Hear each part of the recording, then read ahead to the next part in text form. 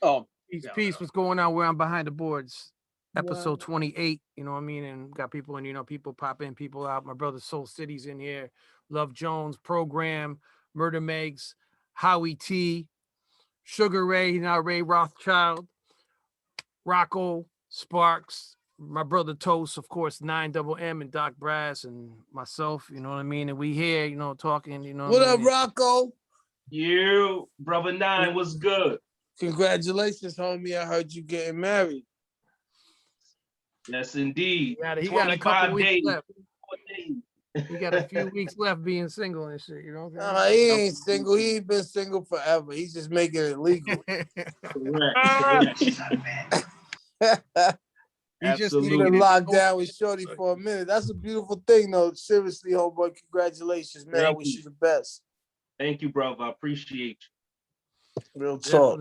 I'm about to talk about, I see Howie T, man. Howie T, what's going on, man? What's good in the hood, partner? Oh shit, you the Howie T, Howie T? Yeah, that's Howie T, brother, man. Yo. The Howie T? Yes, sir. Oh shit. What's good, legend? It's all good in the hood. It's all real in the hood. When I was young, I used to be like, yo, I need me a Howie T beat. We used to be sweating, y'all niggas trying to get a beat. I was down with Chuck Chill Out and shit. We was like, yo, Chuck, man, we need a Howie T beat. He's like, yo, he don't fuck with nobody except his people, you understand? I ain't asking them niggas for nothing, you understand? We gonna do our own thing. I don't know why you said salute that. though, legend. I appreciate her. I don't use the word fan. I use appreciator. I'm an appreciator of your contribution and what you gave to the culture. I definitely, appreciate it. Thanks, my man. Yo, Sugar Ray's in here too now. Remember Double X Posse? I'm not gonna be able to do it. Oh my God! Are you kidding me? What's good, boy? Yo, I got a story for you. What's up? You remember when y'all was at D&D about to record and y'all was in a session and it ran over. And the dude said, and Jodeci was coming in there after y'all. Yeah. And the nigga said, he said, yo, Double X Posse is in the studio and me and Flex was in the hallway. And homie said, yo, who KC? He said, who the fuck is a Double X Posse? And you came out the room. You was like, yo, I will kick you in your bird chest, nigga. Get bigger, wear a wig. That was how I met them. That was how I met them. Nope, that's fact. That's how I met them, Nine. Word up. Real talk. Homie said, yo, I will kick you in your bird chest. You better get bigger, wear a wig. I was like, oh, shit. Yeah. Exactly what that nigga was standing there shaking because he ain't know, he didn't know who y'all was. And he got a little disrespectful and you heard him. And when you came out the room, I was like, oh, shit. Like, I remember that shit. Like, you called that shit too, word for word, like. Word, because I never heard that saying before. I used it forever. You was like, yo, you better get bigger, wear a wig. I was like, ah. Oh, yeah. Yo, we used to say that shit. Get bigger, wear a wig. Oh, and that nigga just shrunk, like, because he was mad skinny. Yo, like, I love that. That sounds like a quote. Was a classic moment. Word up. Hey, I remember when Chuck put y'all joint out, man. We was off the hook with it, man. Chuck was like, yo, you was that nigga, man. I ain't gonna be able to do it. You know what y'all added to the culture? Because everybody adds something. Y'all added, it was personality. It wasn't that it was just some tough shit to say. It's just the way you said it. It was the way it was said. I ain't gonna be able to do it. That shit was just it showed people how you could take a phrase and express a whole lot of energy behind just one line with character. Because, that wasn't in hip hop before. So, I'm like Alex Trebek with this shit. I know everything that happened, when it happened, and who did it. I know that's right. You still doing new shit now? Oh, hell yeah, man. My last album came out in 2018 called King, produced by the Snow Goons. And I'm getting ready to flood the industry. I've been doing features up the ass. Like, a lot of people, like, if they don't see it, they don't believe it's happening. You know what I mean? Yeah. And the underground circuit is so big and there's so many people doing shit that, you know, brothers is putting out music and performing and getting money and doing stuff and nobody sees it. You know what I'm saying? But yeah, you know, yeah, that's crazy. we like lions, man. Lions don't retire, man. We get killed. Hell yeah. How we gonna retire from shit we birthed? We get killed. We don't stop, we die. That's a crazy situation, man, because we like the first generation of like older rap, you know what I'm saying? And it's crazy how every other genre of music, they got all ages in the music that they respect. Right. But rap don't understand that yet because we going through that first phase. Well, Right you know now. why? Because when hip hop was created, there was no forefathers like the kids. That's what I'm saying. We the first ones, yeah. You're right. The kids started it. So when I talked to Grandmaster Caz, I was on the phone with Prince Whipper Whip the other day. I talked to Melly Mel sometime. I just call him just to say what's up and give him his flowers. And when I talk to these brothers, I'm like, yo, you dudes was grown men, but y'all was the first generation of what we doing. And, you know, it's catching up. But the main thing is the people that was fan. I don't like the word fan. I hate that word. People who are appreciators or part of the culture, you know, they got to grow with us. Yeah.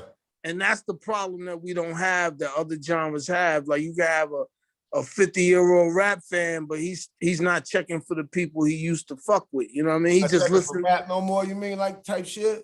Right. He just listens to your old shit. He don't support when you're doing something new. They don't step out and support it. They just be like, oh, I remember your record. Like that's the fan base. I mean, you know, we have to have people that want, like if the Rolling Stones put out a new album, every Rolling Stones fan in the world is gonna cop it. Yeah, you're right. You're exactly 100% right about that. If we put out new projects, they're not gonna go cop it because they just gonna listen to our old shit. Like, yo, I like your old stuff. Like, I don't know why it's like that, but we just gotta keep pushing, man. Yeah. I don't know why it's like that either. I don't understand, like at live performances, if people don't understand the songs to they don't want to hear new music because they don't know the words to it and shit. But I love to hear new freestyles, new songs, as well as the shit that I'm already accustomed to. But some people just like, I don't know this song. But that's because they caught up in the cookie cutter mentality of what we allowed them to define hip hop as. We allowed them to define hip hop as a kid's music because kids invented it. So forever it's kids' music when it's like, no, we grown men taking this culture and this art form to a different place and we still should be heard and live, but it's just the way we allow the narrative to be set. Like you got to be young, you know what I mean? Yeah. And it's unfortunate, but we could change that. We just keep pushing, keep putting out shit and keep you know, making it happen. So they understand. You know, it's just the way it is. Yeah. Howie T, what was your first official record? I was in this group called CD3, and we made that song "Get Tough." Oh, yeah, I remember that, Howie. Get Tough. Yo, you know I know because I was with Chuck and all of them when that shit came out. It was like, Get Tough. Get Tough. We used to cut that. We used to cut that, man. Word up. So I was there watching Chuck go through records. I was a record boy. Me and Funkmaster Flex was Chuck's records boys. Yeah. And he used to throw a record on 30 seconds. You got 30 seconds. If he's not feeling it, he's tossing that shit across the room. Yeah. Hey, but your shit, man, I remember Get Tough when he was like, what y'all think? We was in the room like, yo, that shit's crazy. You know what I mean? Was it on the Gray label, Howie? Was it on the Gray label? It was on Prelude. Was it Gray? That was Gray. Yeah, Prelude record. No, DST. That color like DST. Prelude. No. Was it Gray? No, you remember D-Train? D-Train, the group? Yeah. Yeah. Yeah, we was on the same label. What color was that? You know, I knew back then we know by the colors. Purple? Hold up. I know that's right. Yeah, homie got the plaques on the wall. Yeah, that's right. Give that man his flowers. Give him his flowers. Oh, okay. Oh, yeah. Okay. Give him his flowers, man. That's what's up. I love seeing that. That's what's up. Yeah, respect. And you got majority of the special ed joints and shit, right? Fucking special ed. Yeah, I did his first 2 albums and 1 single on his 3rd album. That's Oh my God, I got it made. Like, yo. Oh man. the magnificent fucking like, yo, Woo! Magnificent. Yo, you did some shit, my brother. Yeah, hell yeah. And I didn't realize you did just bugging for Whistle. Yeah, uh-huh. What? I didn't even know that Yep. shit. I used to DJ the fuck Just out of bug, we only What? bugging, but I gotta, but yo, this brother Yeah. right That here, don't yo. take me seriously. I'm only bugging. Hell yeah. Wow. Treat me right. Don't forget the hit. Treat me right. Oh yeah, Oh, Chuck Rock Chuck was Rock? shit too. Oh, Like, man, yo. that- Yo, was yo, joy. as we speaking, I'm really starting to really grasp all the shit that Howie T did. Yeah, It's me like, too. yo, Right. I ain't even Woo! going. Oh, the Me too. dancers I'm battle serious. song. Yeah, The you dancers did some used to battle classic to them. shit, my You know what's brother. crazy? Like, damn, man. he had all these. You really put in work, man. Yeah. Yeah, Yeah, man. I never knew like the whole time what you look like. I just knew your name. You know what I mean? The whole time. It was crazy. And now it's crazy. Well, I was on a couple of Roxanne's album. Did you? Okay, What yeah, was the real the Roxanne curly joint, hair? yeah. Did you have the Yeah, curly yeah. hair? Yeah, the Puerto Rican Roxanne. Yeah. Yo, I who used was to that? be in Oh, the love. real I used to be Roxanne. in love with her, yo. I was in love with her. I had Yeah. posters on my wall. I was like, yo, I'm gonna get her, yo. And she's still gorgeous. So whose idea was the real Roxanne? Who was that idea to come back? Because you know the Shantae situation. Because okay, you know I did part of the Roxanne beat. yeah, for Right. UTFO. Yeah. Yeah, Right, yeah. right. So when they had a real Roxanne, her name was Elise, but they, her and Full Force had some kind of conflict. So they went and got a different Roxanne. So when they start putting like the little Full Force tour together, she needed a DJ, and Kango recommended me to be her DJ. So that's how I became Roxanne's DJ, because I saw it as Kango saying, yo, good looking out for the Roxanne joint. You know what I'm saying? So That's crazy. he hooked me up, to be Roxanne's DJ, to go out on tour, It's crazy, yo. make that tour money. Yo, Stress, this is crazy, yo. I never met Howie T, but I know one thing, man. Me neither. That's why I'm sitting here like, yo, He every was day popping you off get his to- music, though, you for get sure, to learn some, man. like, you don't understand, man. Like, It's a pleasure, Howie. I was Hey, so Howie, in it's a hip hop. pleasure. I was like, Andre Harrell was my first manager. I wrote records for Jekyll and Hyde when I was a kid. So I've been around this forever, like since Pumpkin, King of the Beat. Like I've been down forever. And Howie T is that nigga. Listen, Yeah. your man Ice, Mixmaster Ice, used to hang out with me. Oh yeah? We used to hang out because I met him through, Chuck Chilla. Everybody wanted to be near Chuck. You know what I'm saying? A lot of people don't know that I did Romantic Call for Petra. Wow. What? I ain't know that. I believe it. Oh, And I fuck with the reggae heavy. Yeah, because my parents are Jamaican. So, yeah. you know what I'm saying? I was raised Jamaican because my parents are Jamaican. You can hear it in your okay. accent, man. You can hear it. Yeah, no doubt. Yeah. No doubt. You Yo, did. You Stress, Hey, Howie, you ain't got Stress. none of them. You ain't got none of them dancehall beats over there. Something funky. Oh yeah, I'll be messing. But the dancehall stuff is like Jamaican songs from the 60s. I Yeah, just put like Yeah. a hip hop beat to it. yeah. Vibes. Uh-oh. I'm bugging right now. I'm still bugging, yo. This is Howie T, man. The fuck, yo? The fuck? You don't understand. You wasn't there. I was there.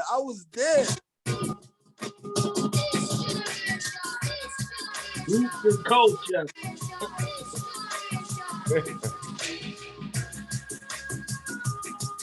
That culture, that real culture. Oh yeah. That talent don't go nowhere. The ears don't go nowhere. That shit different. That's just fire You right there. did That the shit Color Me different. Bad joint? You did the Color Yeah. Me Bad joint, Sex You Up joint? That's crazy. Yeah, I did the production. I didn't do the Woo! track. I did the production. Nice. Big records, big records. This is Yeah. Howie T, big records. Like it took me a few. I'm still registering. I'm still hearing all of this shit that I grew up fucking with and watching Chuck play that this man produced. And it's like, yo, y'all, you don't understand. See, a brother like you, Howie, you did shit when hip hop was on the fence, when it was on the line, when they was telling us that this shit wasn't gonna last. This shit was and it took dudes like you, Davey D. Megz, Larry Smith, Pumpkin, Errol Smith. It took dudes like y'all, dudes like y'all took the music and said, nah, we not going no fucking where. And there should be a special honorable place for brothers like you that made these type of records to keep this culture pushing forward. You know what I mean? I mean that from the bottom of my heart. And I was there. I seen this shit. You're definitely left out of the conversation. Yeah, man, that's what I'm trying to say. Like, nobody don't talk about. I'm like, the fuck? Niggas ain't talk, but that's okay. They don't talk about me neither. But it don't matter. It don't matter. We know who we are and what we've done and what we've contributed. But yo, your contribution is Marley Marl status to me. It's the same. It's Howie T, Marley Marl. It's like your name is in there with those dudes, regardless of what other people say. Like, I mean that shit, not just because you here. I'm telling you for real. Your name and your fucking your resume speaks for itself. Yeah, it's like crazy. Niggas can't even question that shit. Like you was making records when there was like 8 hip hop records out. He said 8. It was only like 8 records, and one of your shits was, you know what I'm saying? You know how hard it was to get. Yo, Howie, tell these niggas how hard it was to get a fucking record deal in the 80s. Just tell them how hard it was. You know how we got Get Tough to play on BLS all the time? We got Mr. Magic and Marley Marl to do a remix. Yeah, there was always some ass kissing involved back in the day. I remember we used to always have to. I used to go with Chuck places, and we have to kiss somebody's ass. Well, they would have to kiss Chuck's ass, to be honest. And I would watch them kissing his ass, and all the politics Jews had to go through to get their music heard and played. You know what I mean? Yep. It's unreal. Too much is different nowadays. You know, it's still kind of like that now. No. All you need is motherfucking YouTube, man, and an account. Matter of fact, listen, you couldn't even record your music when we was coming up because Quadrasonic was $110 an hour when minimum wage was $3.35, nigga. You wasn't recording shit. You ain't have no Pro Tools in your house. You had to buy the tape. They don't understand all of the things that went into getting heard. Just recording yourself was so impossible back then. These niggas don't got no idea what we went through. Hell no. I did all my joints. I did all my joints in the basement. Right. But I'm saying as a rapper coming up, I had to go to the studio. I had to, you know what I mean? We had to do a whole. This not like today, nigga. All you need is a computer. Yeah, but that changes the environment completely. Now the water level has risen, and not all boats have risen with it. That's why I said it sucks. I said Howie T was making records when there was 8 other rap groups. Now there's 8 zillion rap groups from every fucking country.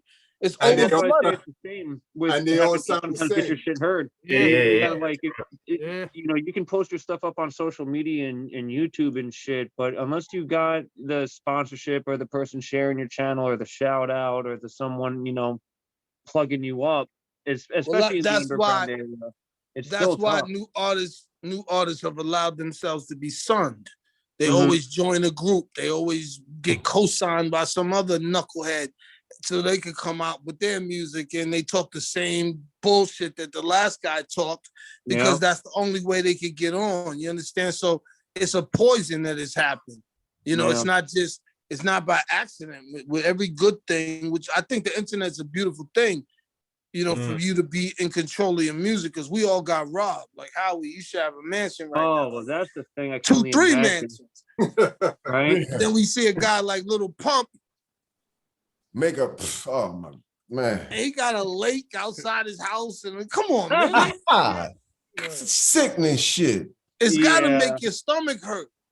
I talked to Melly Mel. I told Mel, I said, yo, Mel, you should be, you know, and he's not, man. He's not.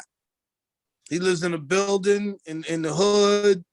Hey, Nine, let me ask you a question. I know you over there and you stay in contact with a lot of people. What you heard about Creole? Anything about him? Well, from what I've heard is the case is going towards self-defense. Oh, all right. So they got a and I think he's gonna be released soon. Good. You know, and if he doesn't, because he won't cop, I think he has to cop to manslaughter because, you know, he did kill a dude, but they got video of the guy trying to sexually assault him. And a man tried to sexually assault me, I'm gonna kill him and his father. Yeah. So crazy.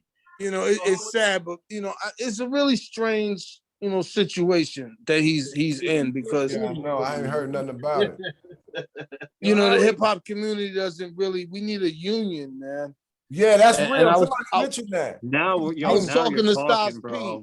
I was talking to Styles P. That's who mentioned this, Styles. And he's fighting for it. And I'm like, yo, and everyone should contribute every month, even if it's 20, 30, whatever you make into this fund so that none of us is homeless, none of us needs medical care, none of us ends up, you know, in a position like that. And there's enough of that. There's enough money, there's enough artists, there's enough rappers where we should have a union, that, at least with medical coverage, you know, and emergency funds for certain guys, because we all know how easy it is to get caught up in this culture and fuck up your life. That's why I tell people, hip-hop don't love you. You could love hip-hop, but hip-hop don't love you. Because when shit go bad, you're going to be on your own on page talking about, give me a GoFundMe, I need a kidney type shit. And it shouldn't be like that. Our faces, our teeth, that's our money maker. You know what I'm saying? So if you're still active, you're supposed to be able to get on camera and look good and shit, no yellow teeth, all of that shit. And then when you, we got to have rules and regulations. I expect dudes to be responsible because a lot of people are under the narrative that Diddy just let Black Rob disintegrate, which is not true. I knew Rob, and I know Jay gave him 20K. He told me that himself. He's like, yo, nigga, Jay-Z just tossed me 20,000. He saw me fucked up. You know what I'm saying? Word. Diddy was looking out, 10,000 here, 5,000 here, hotel money here. But how much can you do for a grown man? I mean, when you what you supposed to do to your ex-employees? You're supposed to keep, when you get fired, you're supposed to just keep, you know what I'm saying, paying for your ex-employees. Now, don't get me wrong. I think what Diddy was doing and what all these guys do is guilt money because they robbed you at the door first. Yeah, the public. They fucked you up at the door with the contract and the money they was paying. They knew they wasn't right.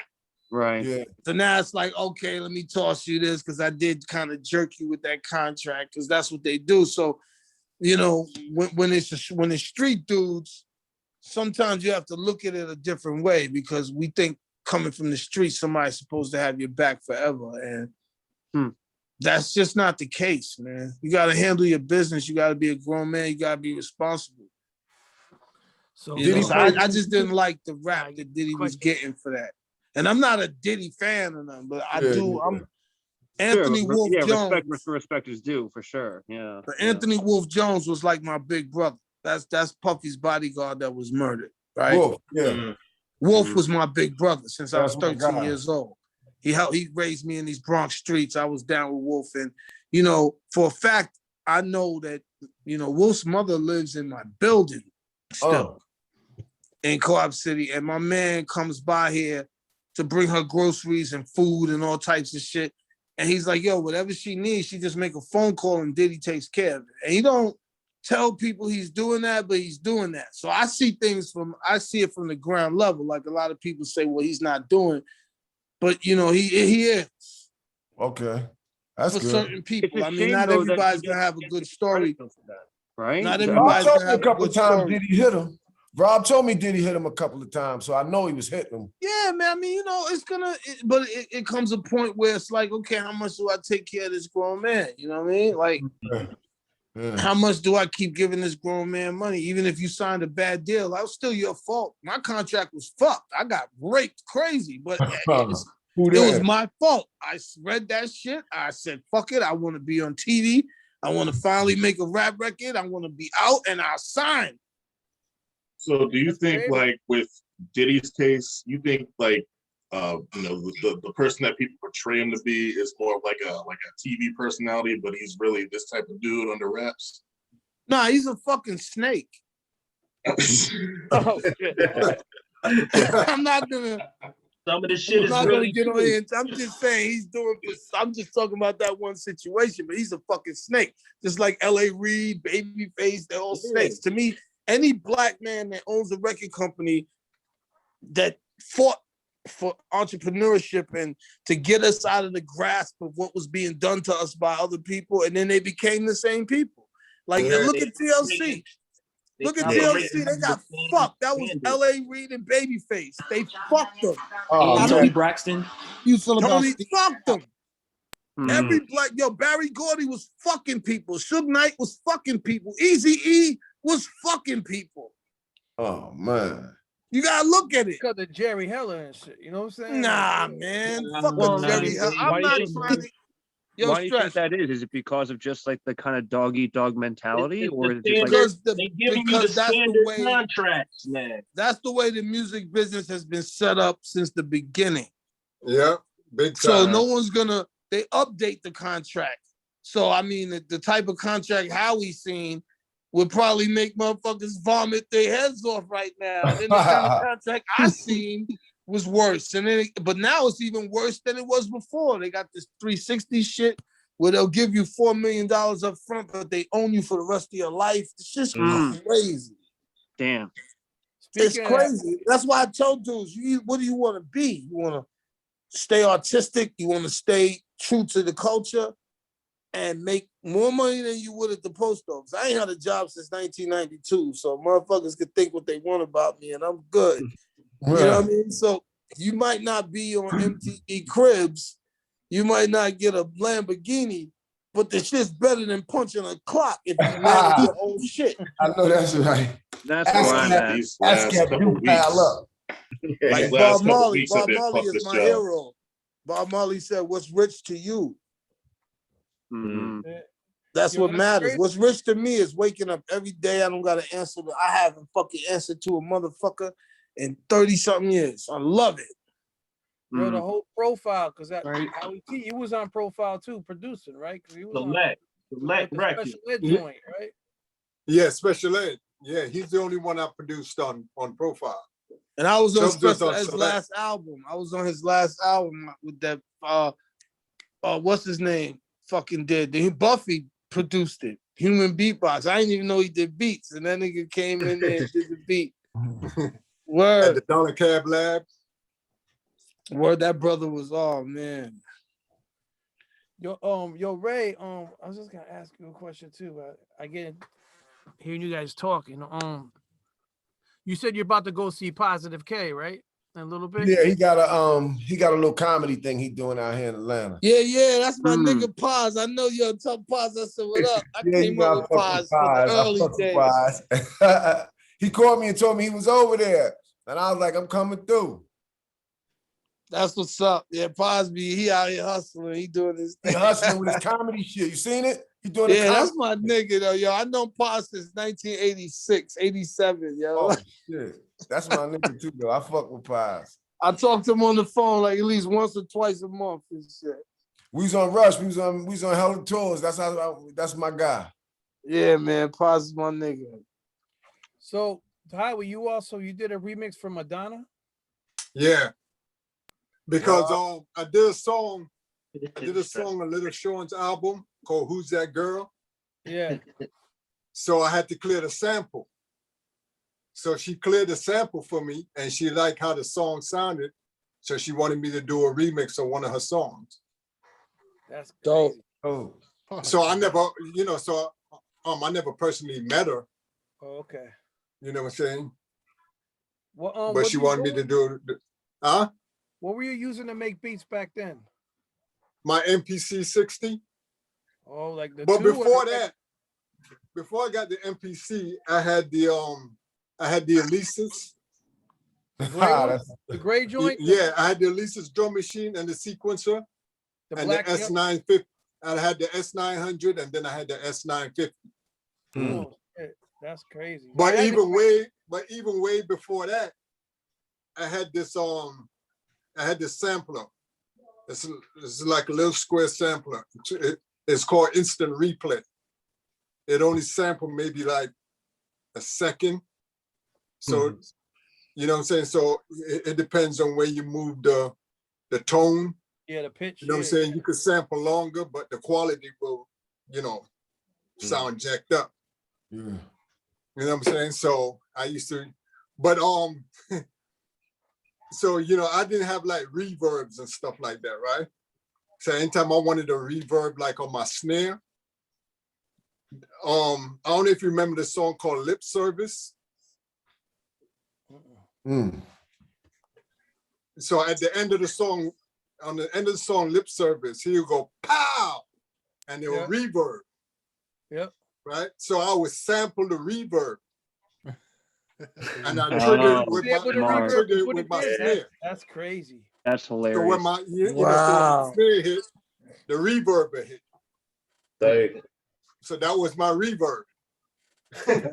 Wow. It was like one of them first. And then I had like a little Casio on keyboard. The SK joint? No, the CG, the CG01 or something like that. Oh, okay. Something like that. I forgot the model, but it didn't have good bass sound in it. So anytime I wanted to play a bass, I would sample the decay of an 808 drum kit. Oh yeah, the bass. Yeah. Right. So when the 808 decay, I would sample that, and then I'll play that as my bass. I use that as my bass sound. That's some scientific shit right there. Yo, brothers was mad creative back then. You had to, you know what I'm saying? Because I ain't had the money to buy all that equipment. So I had to do with what I had to do. Right, so when I did, because when I did the demo for Full Force, Alice, I Want You Just For Me. That was my shit. You just for me. I recorded the track on the cassette. I had 2 tape recorders. I recorded the beat on the cassette. Damn. So meanwhile that was playing, the other cassette was recorded. And that's how, and then I put the scratches on. Oh, and then I switched the tape. So when that one was playing now with the beat and the scratching, Paul Anthony would do his demo vocals. And then we switch it, and then he'll do his harmony vocals. Yeah. And that's how they got a deal on Sony. That was that record was so that record was so dope, yo. That record was so I Want You Just For Me. Oh man, get your girl out. That shit was great. Yo, my first feature after I dropped What You Want was with Full Force. I did the song with Full Force, and they had the girl singing. What was that shit called? There's a video for it too, man. Damn, it was a remake. No, it wasn't Lisa. They had this other girl singing, but the song was damn, man, I can't remember the name of it, but they called me like right after What You Want dropped. They hit me up, and I went out to Coney Island. They had a studio in Coney Island. And I went out there and I recorded my verse for them and shit, and they gave me cash in an envelope. So I was like, yeah, that's nice. Then I did the video. And the reason I really remember, because Fubu was just getting started. And the kid that's on Shark Tank, he came to the video set with the Fubu shirt. If you pull up the video, just put 9 Full Force, you'll see the video. And he gave me the shirt with the FB on it. He before Full Force, before Fubu even started. He was like, yo, it's for us, by us. I was like, all right, I'm gonna wear that shirt, man. I'm rocking, you know what I mean? And I remember Full Force being there, and I was getting to talk to them, because they pranksters. Yeah. They pranksters. They put like fake dog shit and they had me step on, and I thought I stepped in it. And the nigga had an apron with a fake dick under it. He pulled up the apron and the dick was. I was like, "What the fuck's wrong with you?" He was like, "Ah, I got you." Them two niggas was crazy funny dudes, man. But I always had, and I used to tell them too, like how dope they was and what they did. Cause y'all gotta remember, like that Roxanne shit, man. That record was so big. Like it was, you know, like I said, we didn't have much back then. So we appreciated what we had. And like I'm sitting here, I'm listening to how he talking, like these like Alice and shit, like, yo, dude, like yo. You could be in the room. You should do a verses. You could sit down with Marley, and niggas don't get it. Like you really got some joints, man. Impactful songs that really, really change shit, man. Definitely, man. Like we gotta give you your flowers. Definitely. Yeah. But you know, Kango was mad at Full Force at one point. That's how we got to do Whistle. Whistle? Because that was his brother, right? That was Kango's brother, right? Who? One of the Whistle members. No, no, they just lived around the way. Well, I thought he was his brother. Damn, he just fucked me up. Oh, no. What called? Kango, because you know Howie's teed off. Yeah, I had the track, you know, because I'm always messing around with beats. So I had the track, and Kango came to the basement and he heard the track. And he wrote the hook. How we see it all. Kango wrote that. Wow. Okay. Right? So, you know, when we end up giving it to Roxanne, right? So when the record came out, you know, Full Force, you know, because they're a combination of brothers and cousins. Right. So anytime B Fine writes a song, it's written by Full Force. Paul Anthony wrote a song, it's written by Full Force. So they was took on that Earth, Wind and Fire shit, right? Right. So they took that same concept to UTFO without asking them. So when Howie Teed Off came out, it says written by Howie T, Full Force, and UTFO. And Kango was heated. Word. Yep, he was heated. So because he knew what that meant. So they snatched his publishing. So that's his publishing. Yeah, exactly. He didn't want to split his publishing between some other guys that had nothing to do with the record. Word up, that shit crazy. So you know, he got mad, he got heated, he wasn't checking with them. So of course I had a beat going. And he came downstairs, you know, to my basement, and he came up with the concept of Nothing Serious, Just Bugging, because, of course, there was another record, you know, that was out, and I sampled the bug. Yeah, I sampled the word bug. And I always watched Bugs Bunny growing up. And there was a series in Bugs Bunny where they had a Little Red Riding Hood was going to grandma's house. And that's why she was singing, walking, you know, going to grandma's house. Oh shit! I remember that. Shit. So I just put the bug, and I played it with the bug. And Kango, you know, he came downstairs, he heard that track, and that's why he came up with you know, Nothing Serious, Just Bug It. And wow, then that's where you got that shit from. I remember that too. Yeah. It all makes sense now. I remember. Because back then everybody was doing some kind of, you know, TV thing. Right. You know what I'm saying? With Pee Wee Herman and Jazzy Jeff. Yeah. Fresh Prince was doing I Dream of Genie. Yeah, the I Dream of Genie and all that. So, you know, I always liked that cartoon that said that, you know, the Red Riding Hood. That was a serious record too, man. Bugging. Hey, I'm going to grandma's house. Hey, grandma. That was a serious record, yo, if you used to take that shit and fuck with it, like with the turntables, you can make it do different melodies and shit. Because the way you had it started with no drums and shit. You know what I'm saying? So like, yeah. Wow. That was a beautiful thing, man. That was crazy. Yeah, that's history right there. I'm gonna remember that. That's oh shit.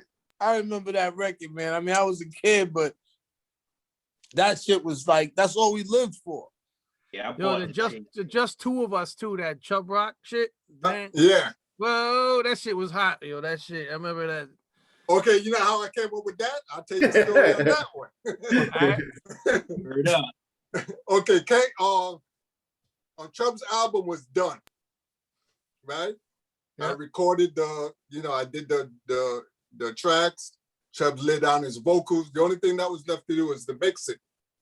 So before I mix it, I always take what I call a brain break, right? So I put the whole album aside and I start working on something else. So there was this kid that lived around the way, I think I did maybe like 4 demos on him. He wanted to do some Jamaican joints, right? So I wanted to put some Jamaican joints, some hip hop stuff. So he was in jail, but I was still working on but out of all 4 songs, I only liked one, and I liked it. And the only thing I liked in that one was his ad lib. Oh, his ad lib. Chilipi, chilipi, la la pa la pa lipi. That was his ad lib. Yeah. So when I did the Cold Feet track, I sampled that, and I had it looped on that track. So I just had it playing, I had it looping while I tried to come up with some idea. And Chubbs came downstairs, came to my crib, and was like, "Yo, what is that?" So I was like, "Oh, I'm just messing around with this track for this kid," and he was like, "Yo, that's going on the album." Wow! And he sat on the couch and wrote it. Yeah, that's crazy. It's a good thing people got to come down. It's a good thing people got to come downstairs and say, "Chris, can't go come downstairs and hear this shit and make classics." That is wow. That was another monster record. Yeah. Right, but I gotta ask you a question. Hold on. Check this out though. So when he heard the track, he sat down on the couch and he started writing it.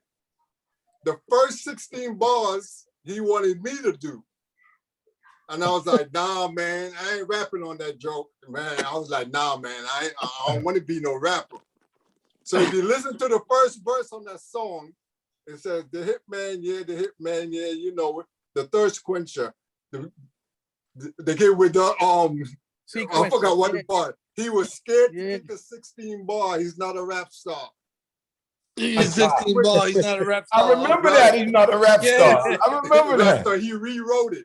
Wow. He wrote it and put, he's scared to kick a 16 bar because the first 16 bars was mine, and I ain't want to do it. I wanted to ask you a question. When you was working with Chubb Rock, did you realize that you was working with like one of the top 10 niggas? Like, did you know how dope he, like, did you see it? Like, yo, this dude is like, no, Chubbs is my his voice, his projection, his dominance, his presence. He's your cousin. It's so crazy. Yo, Chubbs is my cousin. Oh. But you knew. Chubbs is my first cousin. You like Heavy D and Pete Rock. You guys cousins and shit. That's crazy. Yeah. Like, wow, I didn't know that either. Yeah, his mother is my mother's sister. What? Wow. I grew up with Chubbs. So you was just probably like, yo, go ahead and do that. Oh, yeah, he's from the Islands too. Yeah, that's right. He's from the Islands. He got a Caribbean background.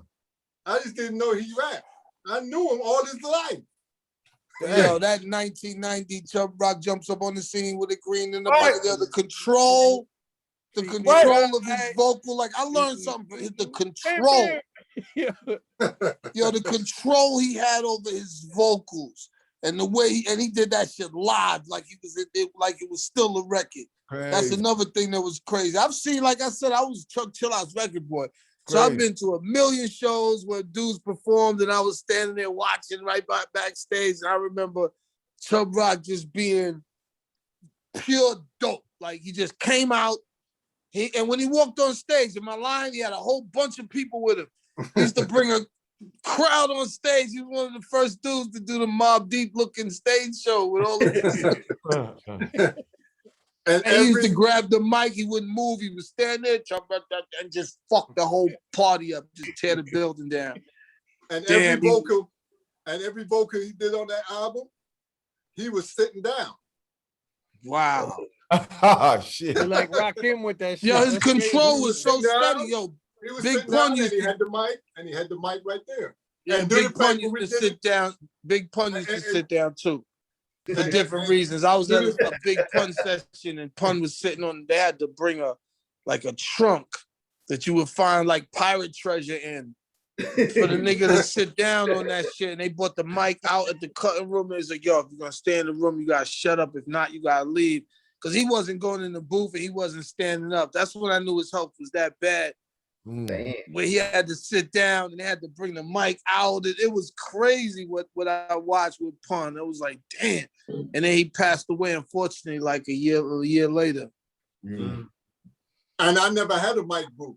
So every time somebody rang the doorbell, they have to do the line over. Oh, shit. Are you kidding me? Yeah. Damn, yo. Folks used to come to my crib all the time. You know what I'm saying? Uninvited. Oh So my you God! always Ring the recorded doorbell in and your fuck crib. up the vocals. Yeah, yeah, and you had to do it over. I would have killed somebody. Because my first Yeah. 2 takes is my best. If I gotta do that shit 3-4 times, it's over. I need to go home. That's like the furnace coming on and shit. Word. Or your fucking phone ringing. Right. That's crazy. So you always Yo, recorded man, thanks in for your sharing basement. these stories, man. Like, I'm a little kid with this shit because I've seen it all, and there's only a few people who I haven't met, who I haven't heard, you know, their story or their journey, and you one of them. So I'm having a ball right now listening. You know what I'm saying? Yeah. Word. Special shit right there. And When then I the I Got It Made. Yeah. I was using the Tascam 388, right? Okay. You know, which is an 8-track. Yeah, the black So one. you know, yeah. Sympty wasn't out then. It was a sync. So you had to record the sync on the last track. So I only had 7 tracks. The 808 drum beat on I Got It Made was never recorded because I didn't have any more tracks left. Oh shit. So every time I put that record up, when it's time to mix it and all that, when I started, the 808 will start before the track. So that's why the 808 starts first. Oh, I got you. Classic. That's one of the hardest beats ever. Yep, so that's why the 808 starts first. Yeah, that's one of the hardest beats ever. Ever. Did You know that though, right? I know you know That that. I Got It Made shit is crazy. Nah, I know he knows that though. You know Yeah, he that's gotta one of the know that. hardest beats ever. You know that shit can come on forever, every generation. Oh, man. That shit was so fucking crazy when we heard that beat. It was like, oh my God, yo. Whew. I mean, I don't. Yo, did you discover them Special Ed, or you guys, or how did that happen? Well, with Special Ed, I knew Special Ed since he was maybe like knee-high to a cactus. Because his cousin lived across the street from me. And every time Ed would come over there, you know, I knew him as a little Eddie. You know, so he used to always come and see his cousin. So his cousin know him, you know that his family, his cousins know my family because we lived across the street. So his cousin Jennifer always come to see my sister. So she was coming to see my sister, and then she took Ed with her. And then she told me, yo, little Eddie want to DJ for you, right? Now, I knew she wasn't talking about DJing on the turntable because in Jamaican, DJing is like rapping on the mic. Right. Yeah. You know what I'm saying? So I thought he was coming to do some Jamaican chanting. You know, because I mess around with some, you know, I always try to do something different. So, you know, I was like, okay. Yeah. You know, send him over. And then he asked me to loop Impeach the President. I Got It Made, The Bush, I don't forgot what other song was one rhyme.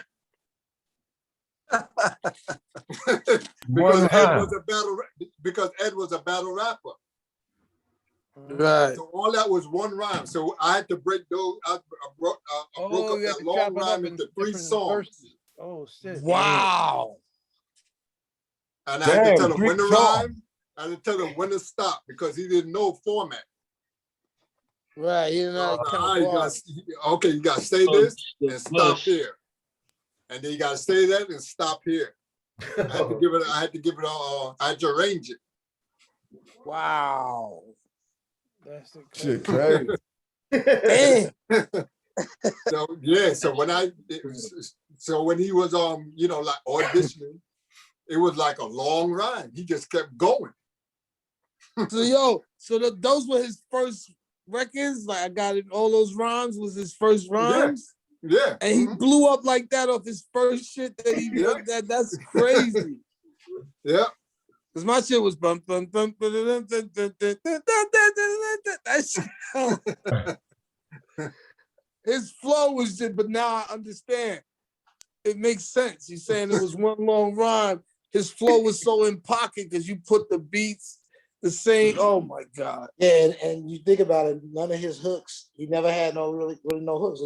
Right, exactly. You know what I'm saying? So yeah, but his sense. hooks used to be some repetitive, crazy shit though. His hooks would just be so monotone, but they it added.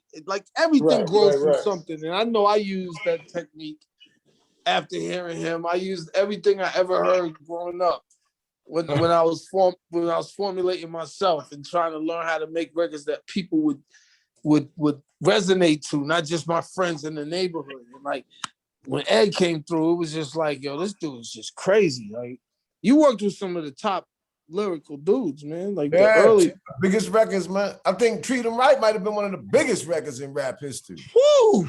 I mean, that's all we did was hear that record. Body and everything. Nobody That was wanted body no and smoke. everything. Nobody wanted no smoke with Special Ed. Yo, those records was on the big radio too. It wasn't just underground That's radio. what I'm saying. Yeah. Them shit came out. He said I make alligator souffle. Like he was saying shit nobody ever thought about saying.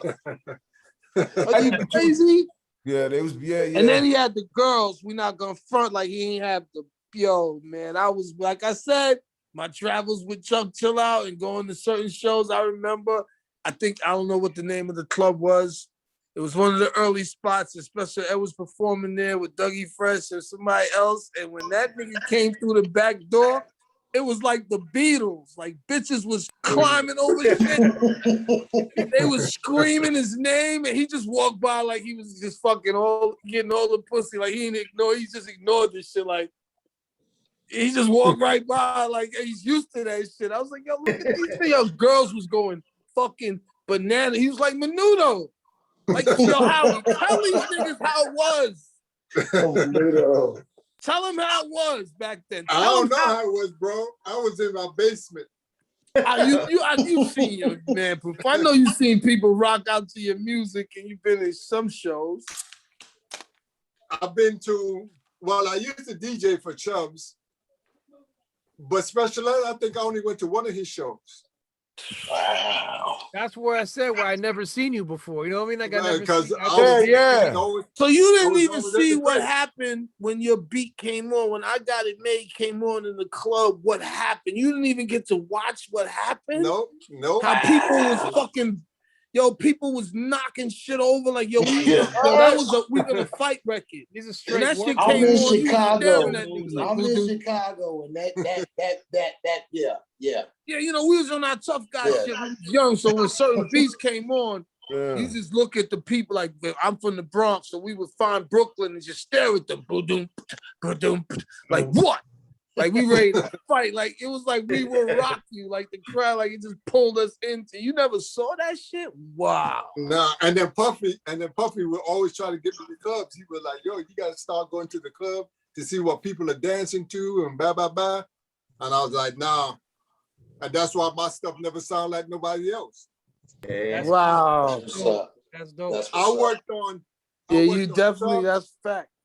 I worked on Chubb's album and Special Ed album at the same time, and you could never tell. And both them shit sound different. They had to tell me to produce both of them because I wouldn't have known. I wouldn't have known. I didn't know till today, just now. I didn't know a lot of the records you did, Howie. That's crazy. Oh, nah, I know all. Like that's why when I hopped on here and I was like, Howie, chill, you fucking kidding me? Like the beast, this is like some premiere shit. He was the 80s type premiere type dude.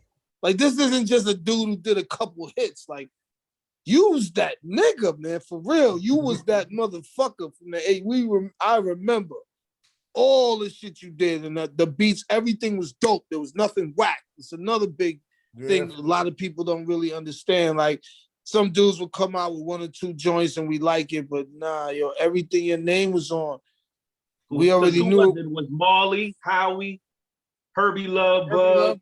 Herbie Love Bug. Yeah. Well, Boogie Down Productions, KRS. Scott LaRock.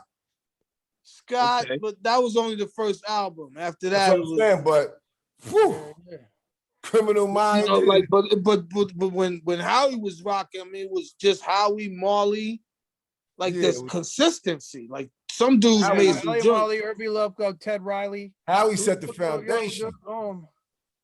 Nah, he's before Ted Riley. TedRiley, way before Ted Riley. Ted Riley did the show, right? Didn't he do the show? No. According to Doug, no. No, he didn't. The high school he teacher did the from production. Truman High School. There's a teacher from Truman High School who programmed the drums for them and did the beat. Right. I went to school at Evander when I was a kid. Slick Rick lived like 3 blocks from me. And Doug, I was in the 4th grade with Dougie Fresh. So they went to Truman High School and they were singing the Inspector Gadget beat. And the teacher, the professor of the music class, programmed the drums for them for the show. And they took that shit home and then they went to the studio. Like, that's the true story. That's am I lying, Howie? Nope, that's what Doug said. Trying to tell you, man, I'm Alex Trebek with this. I tell you, Ronnie did the production. Yeah. The only thing that Teddy did was the production. He didn't do the production. Right. It was already done basically though. Like who produced Slick Rick's first album? Who was it? Vance Wright, my man Vance Wright did a couple joints. The beats on that album was crazy too. You know what I'm saying? Like, yo, but all Rick needed was the same shit he had from the show. He needed 12. I got the story for y'all. When we were shopping Special Ed's Youngest in Charge album, we went to Def Jam. And Russell wanted to buy Ed's rhymes for Slick Rick. Wow. That's all he wanted. That's all he wanted was Ed rhymes for Slick Rick. Because Ed was also a storyteller. Yeah. There was a lot of that going on. That's heartbreaking. Because that just assumes that Rick would have said them. Hey, Howie, did Rick know that? He was open to the idea. Yeah, like what would make you think you could buy rhymes for me? That means you was probably buying rhymes. Hey, Howie, did he know that? No, Slick Rick didn't know that. Oh, damn. Rick didn't know that. But how was Russell gonna? You know, MC Search tried to do the same shit. They tried to say someone tried to hire him to write a song for Rakim. Yeah. Oh no, come on. Oh, like Rob would have never did it. I don't know where that mentality come from, but there was a lot of that going on because I wrote for people. Was pissed about that shit when the dude brought that shit up. He said, "What did Search say?" Like, yo, Search is a goofball. He said he was gonna write Rakim rhyme. No, he said Leo Cohen tried to hire him to do it. He said he didn't do it, but he tried to pay him to. Rakim didn't know nothing about it, yo. You know what I'm saying? Like, yo, well, it's probably you know the movie Strictly. I don't know about. So you know the movie Strictly Business. Yeah. You know the Go Natalie song. Yeah. That Father MC did.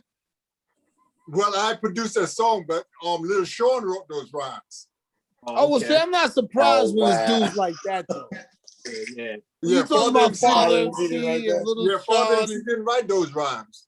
Yeah, Little we're Sean not did. surprised. It's like whatever, like no disrespect to the brother because he did add an element, but like right. Like really, Yeah. like are we really hurt by that? Do we really care? Like, all right. When you start talking about Rakim and Special Ed and Slick Rick rhymes and stuff, that fucks with the culture. That fucks with my mind. Like that type shit fucks with my head. Your childhood. Fucks with my childhood. Like that other shit, I don't care about them niggas. But when you say like, woo, you know.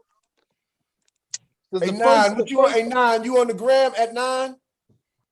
9 at 9 double M. 2 M's. 9 double M. Yeah, make sure you get the right one because there's someone pretending they're him on there and shit. Yo, fucking like, nah, there's a bunch of fake dudes. I can't. That means somebody gives a fuck, right? Yeah. Hey, Howie, you fuck with the gram, Howie? Huh? Howie, I know when your era, you fuck with the internet shit, the gram and stuff like that. That's how I got a hold of him, just like I got a hold of you through the gram. Oh, okay, good. At Howie yeah, T? yeah, I'm on there. At Howie T? Hitman Howie T. At Hitman. Yeah, I'm gonna check. Yeah, because there's a lot of Howie T's out there. Yeah, right. But they ain't Hitman Howie T. Fuck that. Yeah, the Hitman Howie T. Yeah. For real. Well, brother, you did that. Once again, salute, man. Hey, so when you see me pop in there, 9 at Ray Rothschild, it ain't Sugar Ray from Double X no more. It's Ray Rothschild now. So okay, I got you. When y'all see me pop in there, y'all know it's me. Yeah. All right, that's what's up. Yo, Ray, let me get a story of the Double X Posse. Whatever happened? Because you guys did an album, you did the Head Cracker too, right? Well, I tell you a story. I mean, we all got a whole bunch of stories, but I'll tell you a story one time about PE. When I first got on, we had a show in Atlantic City, New Jersey. Public Enemy was on the ticket. They was headlining. So, we was niggas from the block. We ain't know about getting to no show on time. And this was my first shows. We go there, had like 1,000 niggas with me.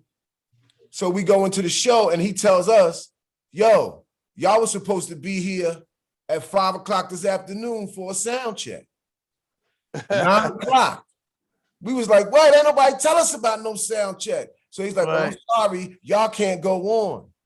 And we was like, what? We done drove all the way down here. We got the whole city with us. What you mean we can't go on? And they used to roll deep. Like I said, I've been in shows that y'all did. Y'all used to come in there deep. Yeah. So we was ready to rip him when he said that. He don't even know. We was ready to rip him. But I he knew. He said, y'all cutting in. He said, y'all cutting in. Y'all gonna cut into Chuck D's time. So I was like, man, just go ask Chuck, can we do our show? I was like, go ask him, can we do our show, man? We came all the way down here. So he said, I'll take you to ask him. So he took me in the back. Chuck, he the man, Public Enemy. Right. Knock him out, Sugar Ray. I ain't even really, I'm talking about, I'm just coming up. So I said, Chuck, they won't let us perform. We came all the way down here, but we didn't know about no sound check. They won't let us perform because they said it's gonna cut into your time. And we gotta go back. Man, word is born, Chuck was the realest nigga. Chuck was like, yo, I don't care if you gotta take some time off our time slot or if it gotta go longer. We gotta let the young boys from Jersey do their thing. Yeah, man. That was one of the realest situations. Right, because in the early part of my career, it gave me the enthusiasm to move forward at a high rate when I'm hearing Chuck D saying, let them do their thing. I like their music. It was just a real turning point for me. Everybody loved y'all, man. I'm gonna tell you something. Like everybody loved y'all. Y'all was the first MOP. Y'all was the first Naughty. Y'all was the first mob. Because I'm a street nigga. So I'm from the street. So when I used to go to shows or be around, they was like, yo, Double X Posse coming. Motherfuckers was leery. They was like, all right, man. We lost a lot of money. Hey, we lost a lot of money because after a while, niggas was like, I ain't fucking with them. Y'all was beating niggas up and shit. They was like, I ain't fucking with them, but I don't want to blow up your spot or say something out of turn. It's all respect, but I'm trying to tell these brothers I was there. Like, I saw you. I was there. I stood there. I watched y'all come through. Yeah. And y'all had that record. That record was so fucking hard. That's before. People don't understand. There wasn't no hard shit. It was just dudes rapping over hardcore beats. But like, y'all was hard. You was talking about breaking niggas shit. Like, it was different. We was straight. You know? We wasn't even rappers, man. To keep it real, Yo, straight thugs. drug Yo was dealers. the first gangster dudes who dudes was like, yo, I believe them niggas. Like Yeah. the believability was like, because before that, you know, the most person we really believed was like Cool G Rap. Everybody else was just rapping some good rhymes, but we knew LL wasn't beating nobody up. We knew Just Ice too. Just Ice too, but like he didn't He even was rap Dolo. about shit like that though. Just Ice beat rap niggas up about by fucking himself. niggas up. Hey, Just was beating niggas up by himself. He was just doing it because that's what he does, but he wasn't Yeah. rapping about it. He was making records like Latoya. And shit. Yeah. You know, he wasn't talking about these niggas was I'm not gonna be able to do it. Like the way it was said, just the whole attitude in the mob, the way your stage show was, it was the blueprint for what Naughty came with. Because Naughty rolled like y'all 30 deep. Y'all was the first 30 deep. Like they came to y'all came to one show. I think it was the Muse or something. And y'all had like 30 niggas with y'all. We deep in all of them. I was like, yo, but I'll never forget that D&D shit. You was like, yo, get bigger, wear wig. I was like, oh, I wrote that shit down. You told KC to Jodeci. Hey, look, we became told fly as KC hell. to Jodeci, I will kick you in your bird chest. And we became fly as hell after that shit too. You know what happened afterwards? He was like, yo, I ain't mean nothing, because he's a country boy. The niggas don't know. Them niggas was country boys. We was in the studio and we had mixed, we was in D&D and we had just finished mixing a record and there was a mix engineer named Troy Hightower. Yes, Troy, because we came in after and Jodeci was supposed to come in and y'all was still in the session. Yeah. So Troy told him, yo, Hightower. he said Double X Posse is still in there. He was like, what the fuck is a Double X Posse? And you heard that shit. Yeah. And you got up, you was like, yo, what the fuck you say, nigga? You better with your bird chest. I'll kick you in your bird chest. Then you say, you better get big or wear a wig, and you walked away. And I was like, I'm writing that shit down. Get big or wear a wig. And that nigga was standing there looking crazy. Then he apologized, though. I remember your bro. Yeah, he did. We talked to them and I talked, and that's how I met them and became fly with Devontae. Right, because he apologized like, yo, I ain't, because sometimes niggas just be saying shit. They don't know you can hear them. You know, he ain't mean nothing by it. And I was hoping y'all didn't mob him because you had the whole hallway packed with niggas. Man. He ain't even know we was in there like that. They ain't know we was in there like that. They didn't know because he thought he was straight. He had a few bad boy niggas with him. Yeah. When he saw all them niggas and when your people heard you raising your voice, they all start coming out of different rooms. Tear his ass up. I was like, it's about to get, Flex was like, yo, it's about to get real nasty. Just move to the side. Don't get involved. I was like, yo, I don't know none of these niggas. I talked to I talked to Chuck too. I talked to Chuck not too long ago. I still see him all the time. He's still doing his numbers. I'm good to see that. That's my big brother, man. I just did the promo for his radio show on Rock the Bells, and me and him got a joint. Like, that's who started me, man. So him and Andre Harrell, rest in peace, Andre. Those are the people who started me in this whole shit. You know what I mean? Yeah, I remember when. But it's definitely good to see you and talk to you. I never met you, man. Just know I'm gonna appreciate it, man. Like I'm telling you, everything I'm saying is facts. I saw you. Yeah, you called it. No capping on my part. I'm telling you everything. And you know what? You had to be there to know that. You had to be there to know what you said. I was there. I told us that story before. Yo, I told you, remember that shit? Yeah. I told him that story because that shit stayed in my mind forever. Yep, real talk. So, hey, yo, man, it's a pleasure. I'm gonna go get dressed. Hey, look, I appreciate y'all having me on here. You know, I got to shoot over the pie shit. He expecting me over there. I think I'm gonna perform. I'm gonna do. Not gonna be able to do it. So yeah, man, you gotta do that, man. Give me a shout out and get dressed and play with him. Flex, bro. Hey, I appreciate you having me on. No, I'm gonna get you in future ones too, man. We gonna get you. Yeah, get me on some future ones, man. Like I said, it's at Ray Rothschild now. We got the new documentary coming, the Double X Posse documentary, and we got a soundtrack coming to it, all coming this fall. So we gonna see. What's up. Keep going, brother. Don't stop, man. Thank you, man. Stop. Thank you. All right, one love, fellas. Hey, y'all be easy. Hip hop. Much respect, King. Howie T. I got One you. love, fellas. What's up? All right. Hey, That's what's up. But no, Hitman. Yeah, Howie, man. The records, man. You got anything new you're doing now? Yeah, I'm working on some Chub Rock songs. Oh, for real? Oh wow. Yeah, because so Chubb is coming back. oh yeah, definitely. Like that. I like the sound of that. He's been doing the radio show, right? He has a radio show. Yeah, he got his own right? radio. Yeah, he down here in the A. He down here in the A. Right, Yeah, right. Yeah, it's syndicated. Oh, That okay. nigga voice. That nigga voice, All man. right, once again, my brothers, one love. All right, partner. Peace, right? Yo, Yeah. So far I did a couple, but there's the latest one I've been working on is that I don't know if y'all, I'm quite sure y'all realize it, but just never thought about it. That hip hop artists don't have DJs anymore. Yeah, they don't. I mean, unless they're doing a show. Yeah. Right. You know what I'm saying? There's no records out about their DJs. You know, Run DMC had Jam Master Jay. Yeah. LL had Cut Creator. Yeah. You know what I'm saying? Yeah, that shit ended in the 90s. It ended in the You know what I'm 90s. saying? So I'm doing another DJ record. Oh, You know what I'm saying? That's gonna be on Chubb's. That's gonna be on Chubb's joint. Dope. What's up, man? That's Dope. definitely what's up. Yeah. When I first heard Biggie, I thought he was Chubb Rock. I ain't gonna lie, because the voice, the deep voice and shit, when he was first early. Nah, it was totally different, man. The But fuck's that's what wrong? I thought until I knew who he was. You bugging. There's only one Chubb Rock. There's only one Biggie. There's no comparison whatsoever. There's only You would one have Chubb said Rock. Lord Digger, then would have been like, yeah, that was kind of close. Nah, there's only one Chubb Rock. When his voice I'm came talking about on, Biggie. Remember I showed you the there was joint only about one Biggie? Biggie. There's only one Biggie. I showed There's you n- that, and you was like, "Yo." Remember No, you didn't show me I'm shit. gonna show you later. I'm gonna show you later. No, those two brothers are opposite, and there's only one Chubb Rock. That's the beauty about dudes like him. And there's no copycats. There's nobody that can sound like them. I was trying to be that guy that nobody sound like me. Nobody can, and unfortunately,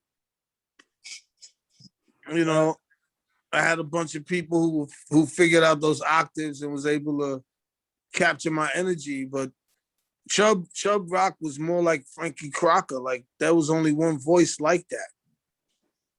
Hey, yo, Nine, you were the only one who, when I first heard you, nobody sounded like you. I just had to let you know that that's all truth right there, bro.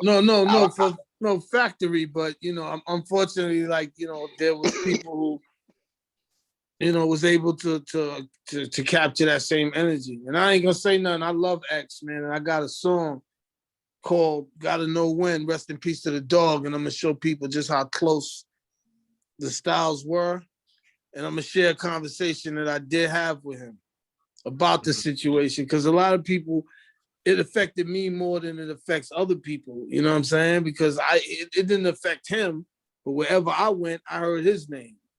He never heard my name. He was always like, "Yo, DMX stole your shit. DMX did this. Ja Rule this. Ja Rule." You know, I used to have to deal with that type of shit all the time. So I'm really gonna, you know, I'm gonna share this conversation I did have with X about that shit. You know, I saw him at I think it was one of those movies and shit. The one he did with Jet Li. I forgot the name of it. Romeo Must Die? Yeah, I went to the premiere and shit. So I walk up, I'm with my man Nance, and we walk up to the premiere, and it was Vibe magazine was out there. So they was like, "Yo, let me take a picture." And the X comes walking. I only met him twice before that, but I never got to say nothing really. Like, so he comes up, he's like, "What's up, man?" He's acting like I was like, "What's good, yo?" I said, and he was all smiles, everything was love. And I said, "Yo, when I'm gonna get that Father's Day card?" Why did I say that shit? Yo, that nigga's face turned from smile to like, what you said?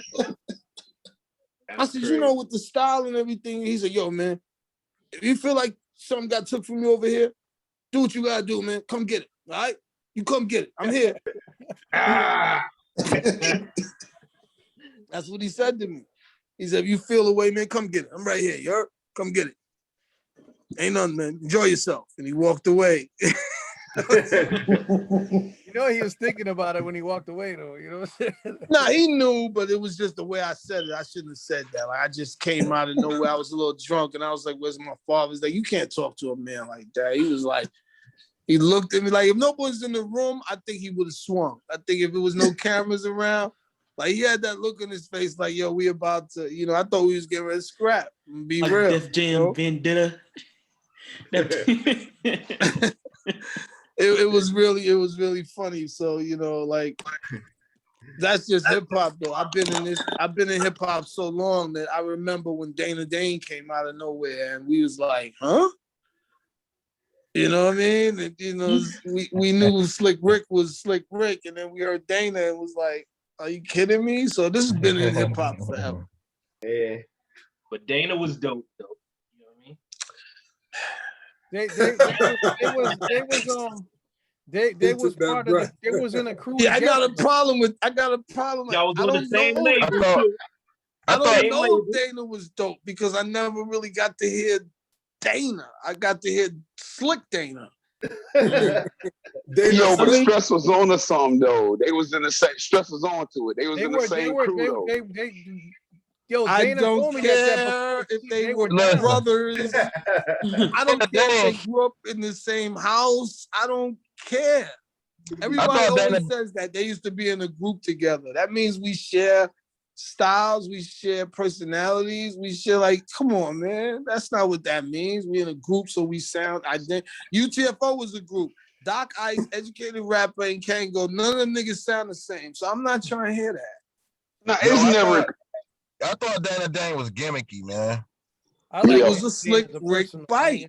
Yeah, I mean, yeah, but I mean, like, it was a bite, but he was like gimmicky, like Cinderfella, Dame of Dane, and Nightmares. Slick Rick wasn't singing no shit like that. You know what I'm saying? Yeah, but that's what I'm saying. You know, this has been going on since the beginning of hip hop. You know, there's still an argument who was first, Love Bug Starsky or Busy Bee Starsky. There's still people who argue about that. Like who had that party style first, and all I know is Dougie Fresh was the king of this shit. You know, he took it, and you know, so everything comes from somewhere. But like certain people, you know, just blatantly take your energy and make it their own, and that's just a part of music. It's not just hip hop; it's in all aspects of music and art.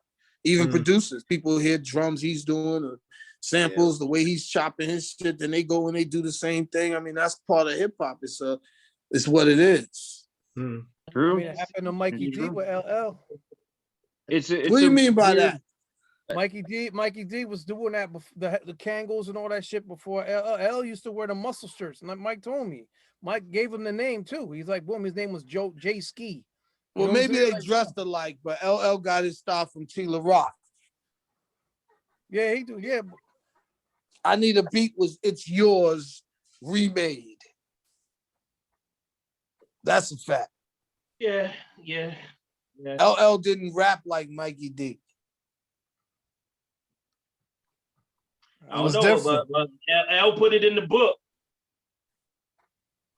He's probably his hero. He probably got a fashion tip from him and learned how to wear hats and stuff, but he didn't rap.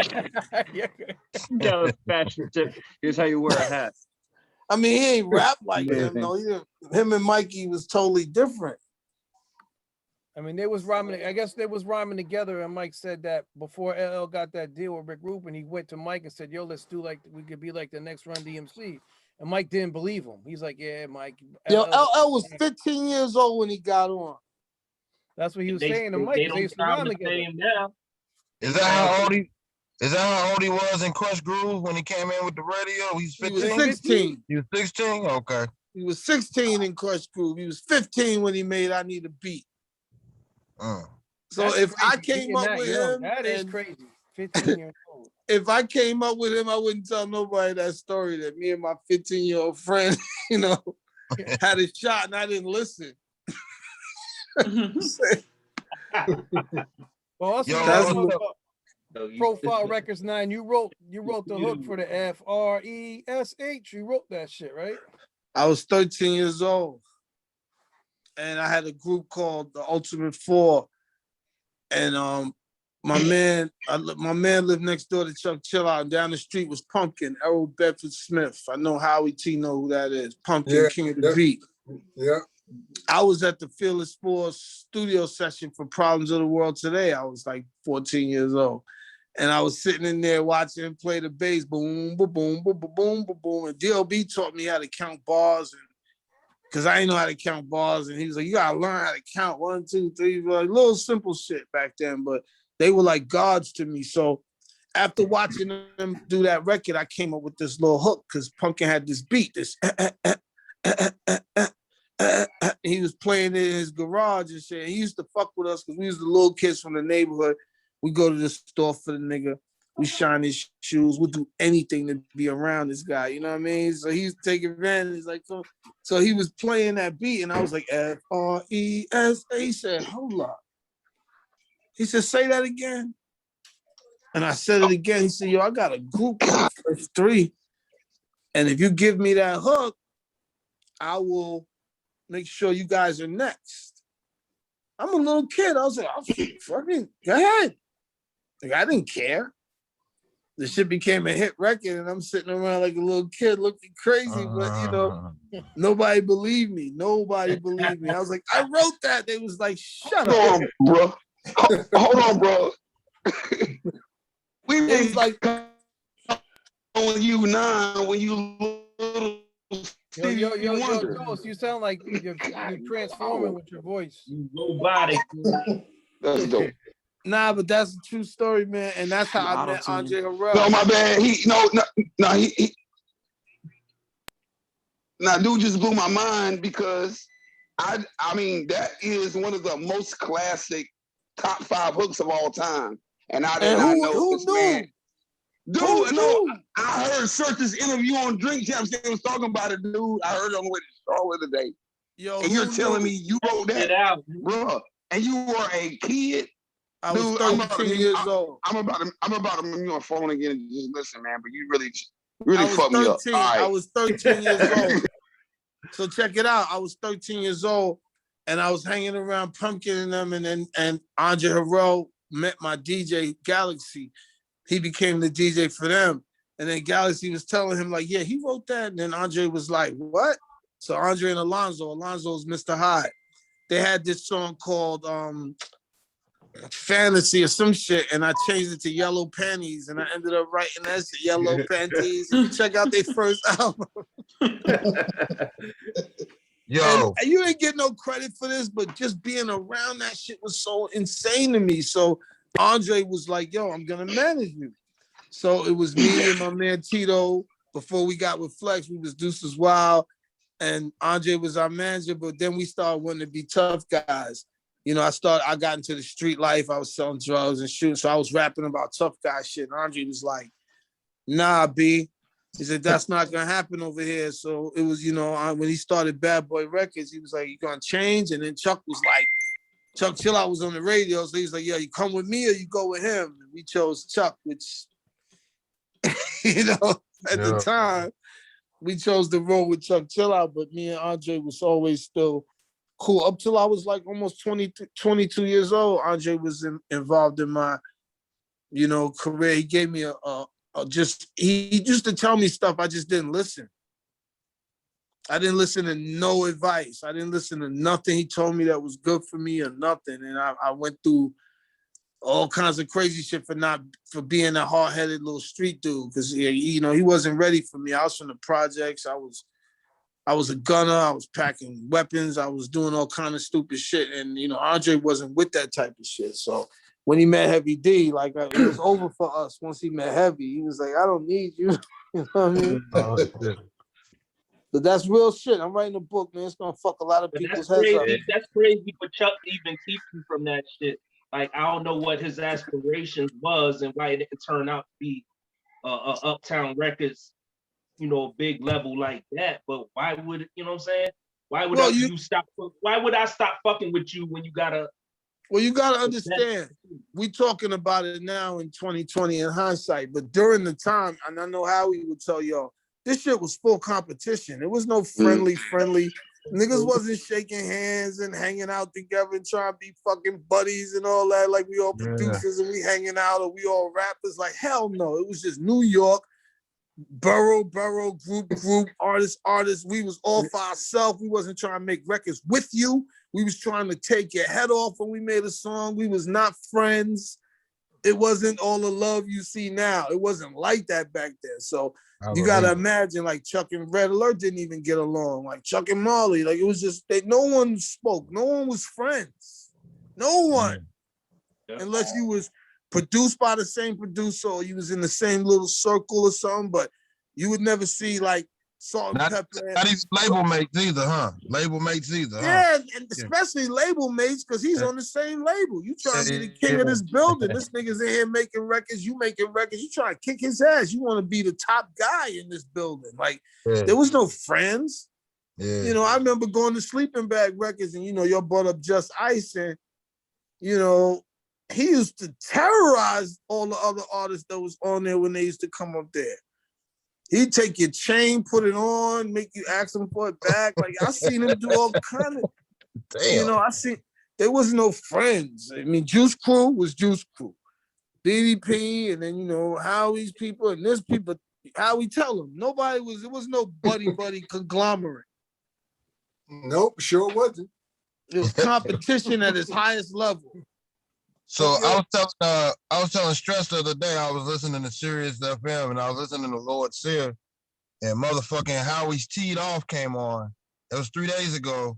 Who was that singing that on that hook? Who was singing Howie's Teed Off, man? I never knew. Oh, Roxanne? Okay.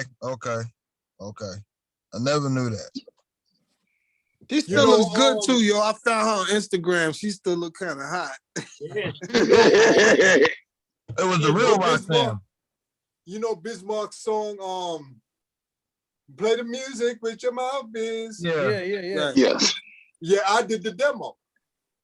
Oh, god damn, boy. Wow. Yo. You know So how it dope that shit was when I first to heard when it? homeboy talk about how you know, ain't nobody buddy. Yeah. You know what I'm saying? Marley Marl didn't even come, he didn't even ask me to, you know, finish the song. He just took over it. Yeah, and put his name on it. And it was my daughter's mother was singing the hook. Oh, get out of here. And that's why homeboy, I forgot his name. What's his name? TJ Swan? Yeah, that's why G.J. Swan tried Swan. to sing in a high pitch. But he tried to sing like a girl. Yeah. Yo, you still got that? You still got the original? I'm asking you. The original? Yeah. Yeah, I still got it. Damn. The MC Shan song? You got a lot of stuff you ain't put out that's classic as hell. They're probably still on the real to real. I still got a demo of Bobby Brown. You know when he left New Edition? Yeah. Oh wow. Because he was always because New Edition and UTFO was always on tour. And Bobby always liked the reaction that girls are giving to, you know, rappers. Yeah.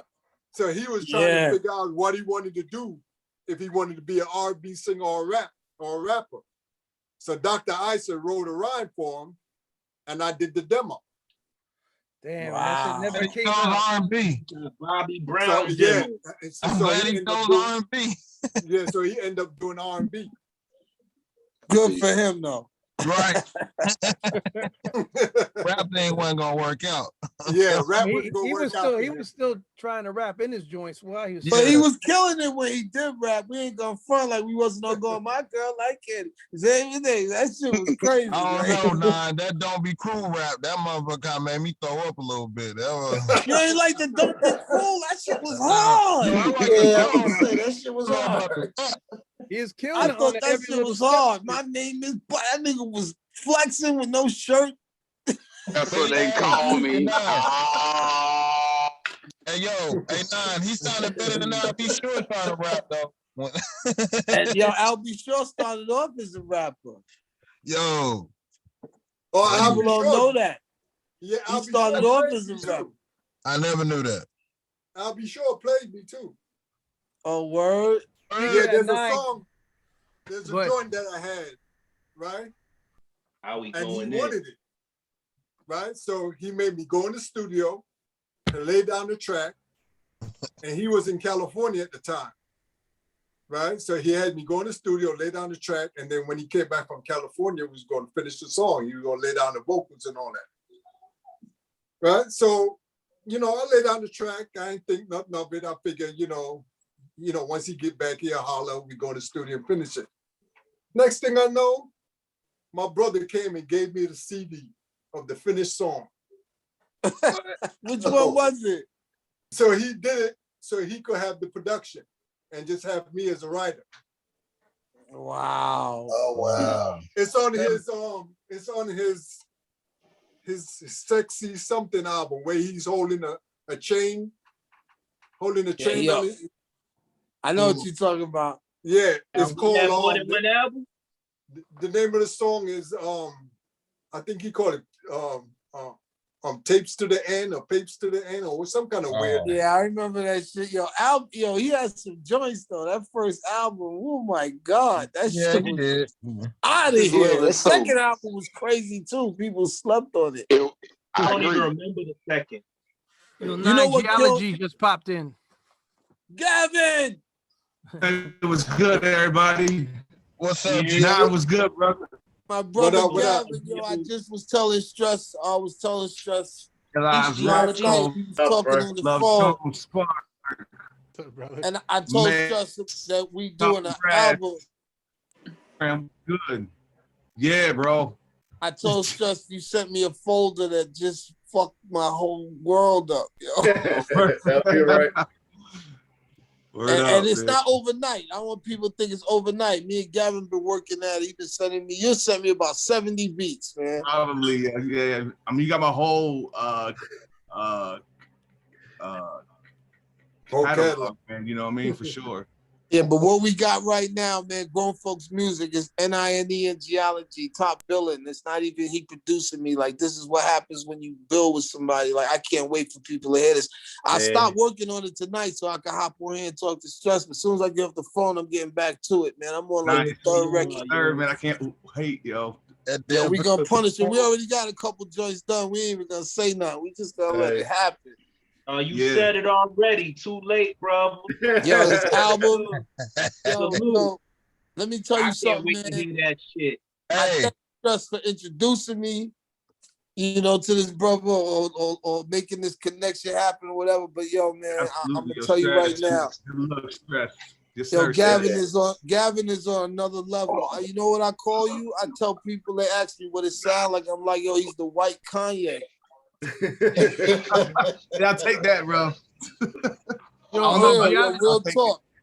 G-ology, we got Howie T up in here too. The original Howie T. Oh snap! Okay, that's what's up, man. Howie T was good.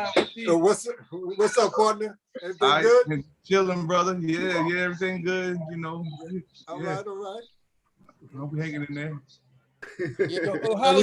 This shit gonna be special, brother. I'm telling you. I can't wait, brother. I cannot wait, man, to hear this. We gonna fuck people up crazy, man. I'm really putting my foot in this shit. I'm taking my time with every bar, but you know how we already been doing. But it's at another level right now. These beats. Oh, I wish I could press play right now. Like, I don't even want nobody to hear shit. I don't even want them to hear it until it's done. Yo, this shit is crazy. Word. We could debut something right now. Screen shit. Corner. PPC. Send it to Stress. We could debut it right now. I gave Stress a joint. He can play the joint. I just play it, Chris. I did a song with Planet Asia and Pace One. I'm ready for that shit. And I sent it to Stress yesterday, so he got it. Yeah, I'm here for it, man. I need to hear some music, yo. Stress don't be looking like you can't find it, man. I'm gonna play it, but I'm gonna tell you before I play it, and Nine's gonna say it too, because we got a professional producer and it's not mixed right, Nine? So you know what I'm saying? Like, yeah, see the dude who did it, his name is Configure. He's like the premier of England and shit, right? He got a big following. He do his thing out there. This was the last mix he sent me. I told him the mix was awful. But I think he's remixed it since because the song came out on Friday on his album, and I think the quality's better. But this is the only one I had that I sang. But you can still hear the bars like Planet Asia, Pace One Me. The song's crazy. Bananas. Let's go. And nobody expect me to rhyme with dudes like Planet Asia. Okay, so when you hear me with them, it's gonna be real fucking extra. Like I went cuckoo. I seen when you dropped it on your IG, and it was a few months ago when you did I was that. recording my verse because I had just got the beat sent to me. But the song, you know, and then Pace One, I didn't hear his part, but he did his thing too. Like, but Planet Asia went crazy. We went crazy. Song's called Dangerous on the Ave. All right, here we go. Let's go. I'm round 4. All right. Yeah. Configure on the beat. Let's go. I'm Molotov mics in the night with the energy to cause a street fight. Knuckle up, baby, buckle up. It's dangerous on the Ave. They flaming guns, slinging crumbs. That's Planet Asia. Jameson, the eyes of the jungle, bloodshot, the disgruntled smirk of a crook, posing for the pick in his first mugshot. My 7.5 is working. Oh, that's for certain. We in the lab cooking and jugging it till it's closed curtains. I busted shots at the serpent for a purpose. The 7 stars represent the 7 churches. Watch what you worship. Don't miss the revelations. You'll be caught up like the listeners. Still caught up on my first shit. Assassin with the blade. Catching niggas fade. It's a rap show on the stage when you capture these grenades. You'll be a fossil once they really understand the gospel. El Chapo with chopped cheese and a taco. It gets outrageous on the ass. Should be spontaneous on the ass. Flower arrangements on the ass. It's dangerous on the ass. No late payments on the ass. Find out you making statements on the ass. Snitching? Pavement on the ass. It's dangerous. That's nice on the mic. I'm also gangster from Irvington. Pace One. Street off of Chancellor, where if you ask questions, you get an awful answer. You'll die. I did the hook. But it won't be because of cancer. And I'm a rapper, down to the last letter. I'm the real thing, not a half-stepper. Hot as black pepper from the new Jack era. Hot as a bad temper, wallet and mass terror. Counting my cash tender just like a bank teller. My mind's a computer, deleting its past errors. My heart is a vast treasure. My soul is an antenna, connected to a signal no one can sever. Love my voice, it's like I sang tenor, like I'm in a band and not a gang member. And I'm analytical, like Max Weber. It gets outrageous on the ass. Should be spontaneous on the ass. Flower arrangements on the ass. It's dangerous on the ass. No late payments on the ass.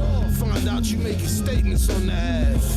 You will hit the pavement on the ass. Yo, Stress, grab his seatbelt. On the ass. I ring bells like the hunchback of Notre Dame. They spitting gas in you. I come through with this open flame, incinerate to intimidate. Domestic terrorism. I learned how to snakes. My rebels break your vertebrae. Just levitate.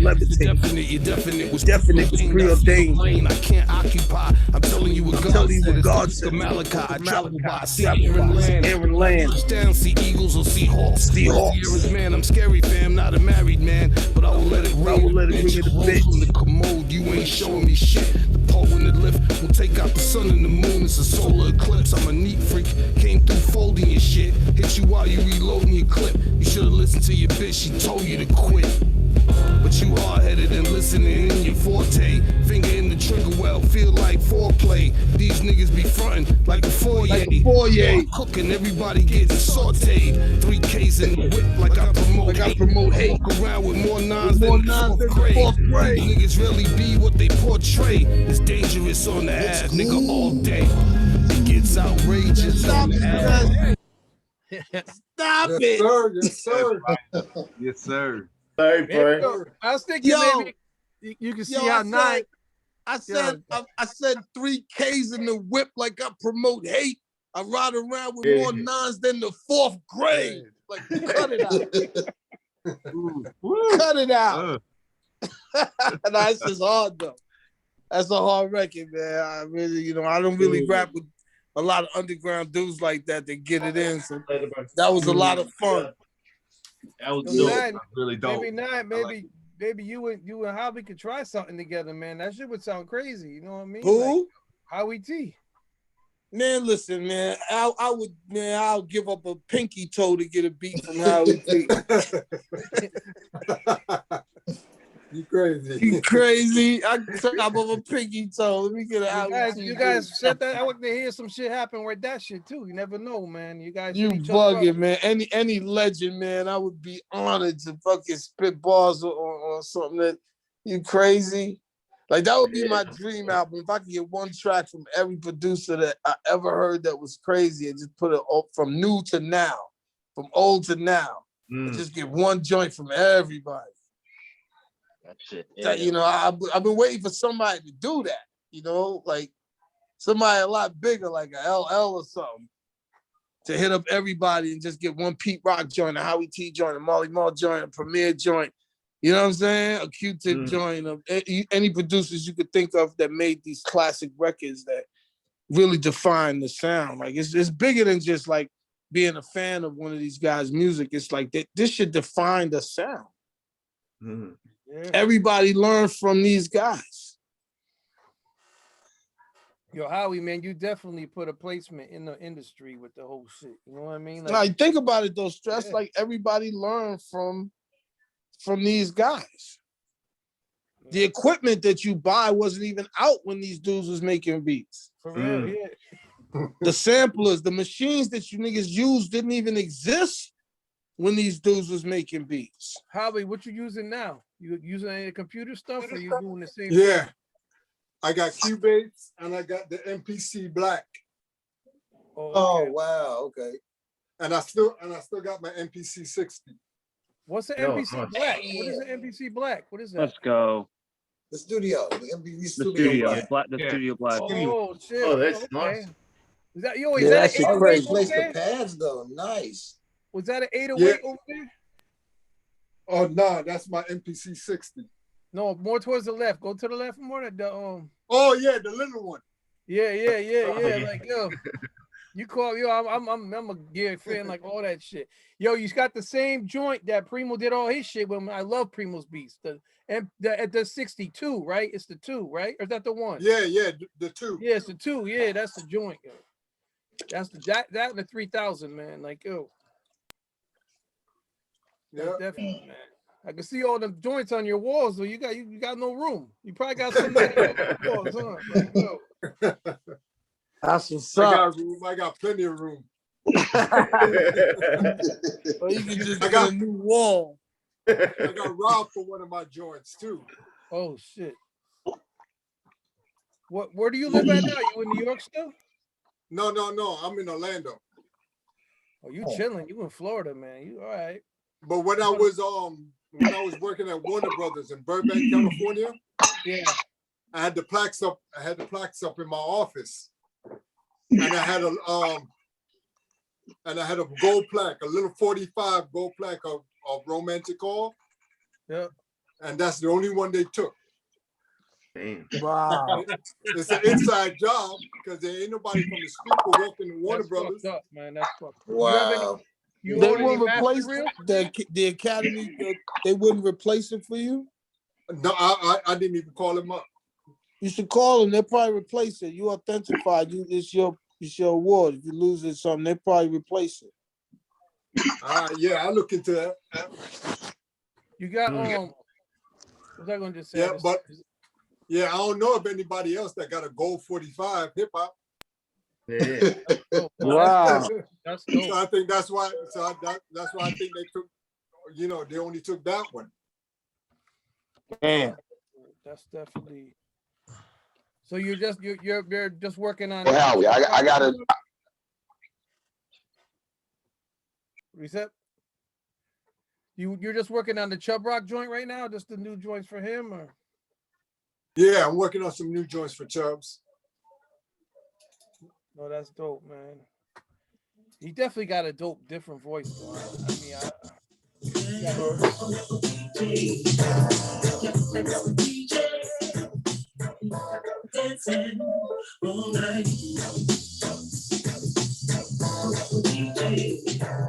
the DJ record I'm working on. You just need some rap on it. I can hear him doing it too. That's dope. I got to put reggae in it. All right, Doc. All right, Did you do that? Did you do that? The Back to the Bill shit? It wasn't him, right? I'm trying to find this track that will fit 9. Oh shit. Oh shit. Nine in mine. Don't Don't fuck tell me with I'm me gonna hear like another that. hit Don't record, play man. with me. Damn. You heard it first. You heard it first, ladies and gentlemen. Word. I give you my email right now. 9 had that song for you tomorrow too. I know how he is. He doesn't fuck around and shit. Like, Nah, if I'm feeling it, I write that shit right then and Well, there. of Like, course, I'm you so know I gathered. always use samples. Nah, man, listen, I just like dope shit. I don't care if a nigga's playing the ukulele and his grandma's beating on the drum. If that shit hard, I fuck with it. I don't care how it's done. So this track, I always picture this track like a battle. You know, like a battle track. Right, so right. for you to diss like other MCs, you know, for fun, of course. And that's easy. You know, back in the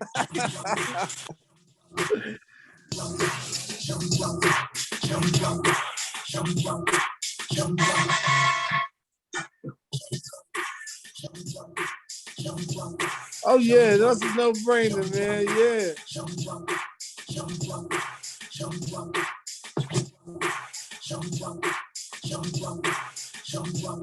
There you go.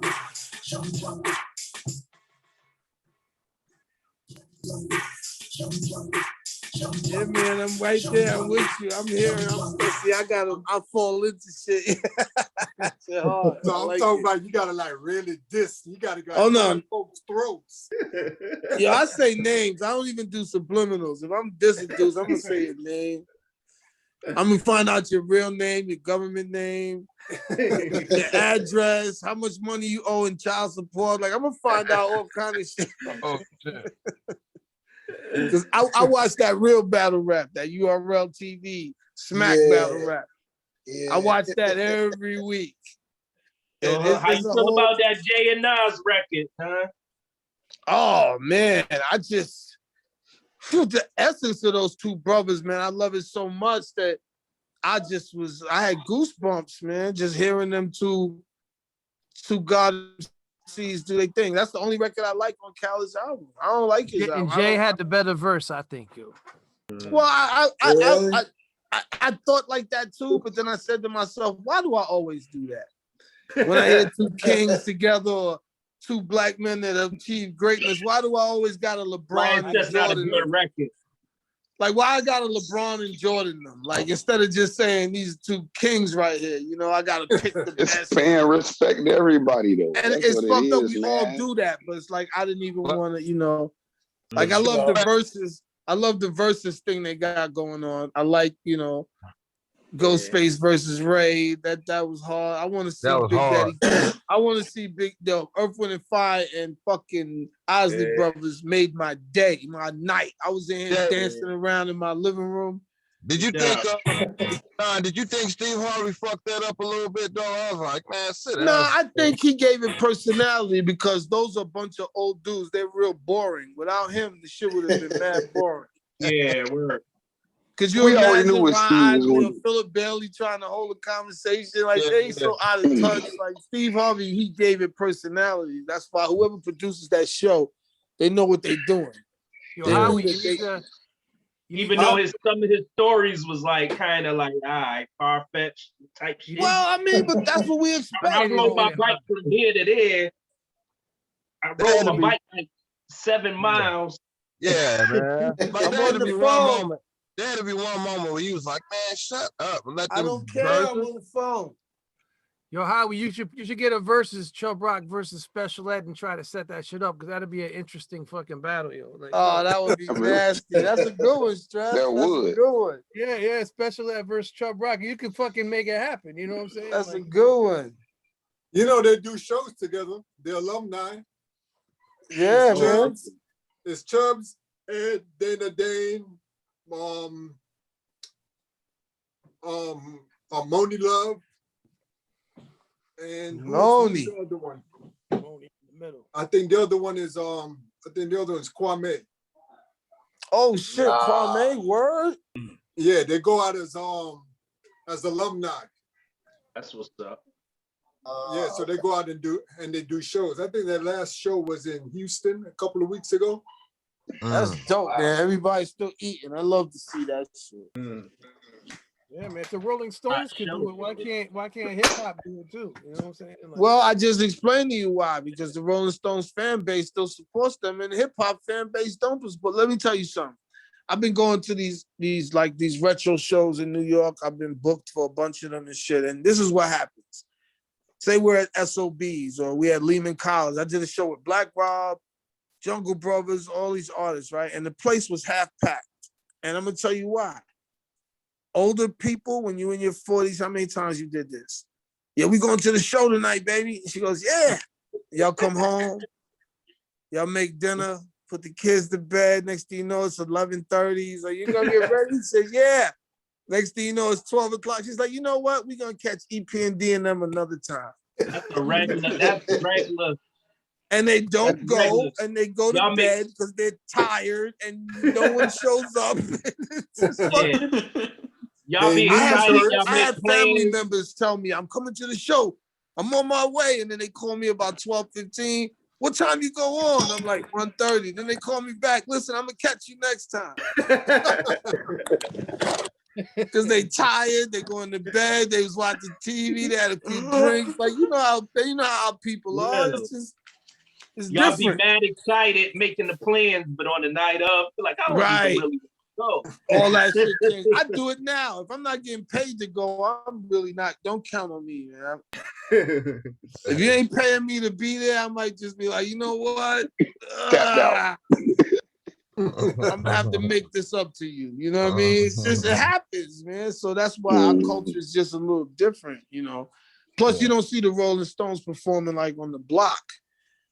You know, they doing concerts. They're doing, these artists are still way bigger than the majority of hip hop artists we have. And most of the groups that we have that are super huge, they don't get along no more. They don't speak. They won't rap together. They don't hang out. Like I saw Melly Mel perform The Message while Raheem was standing in BB King's.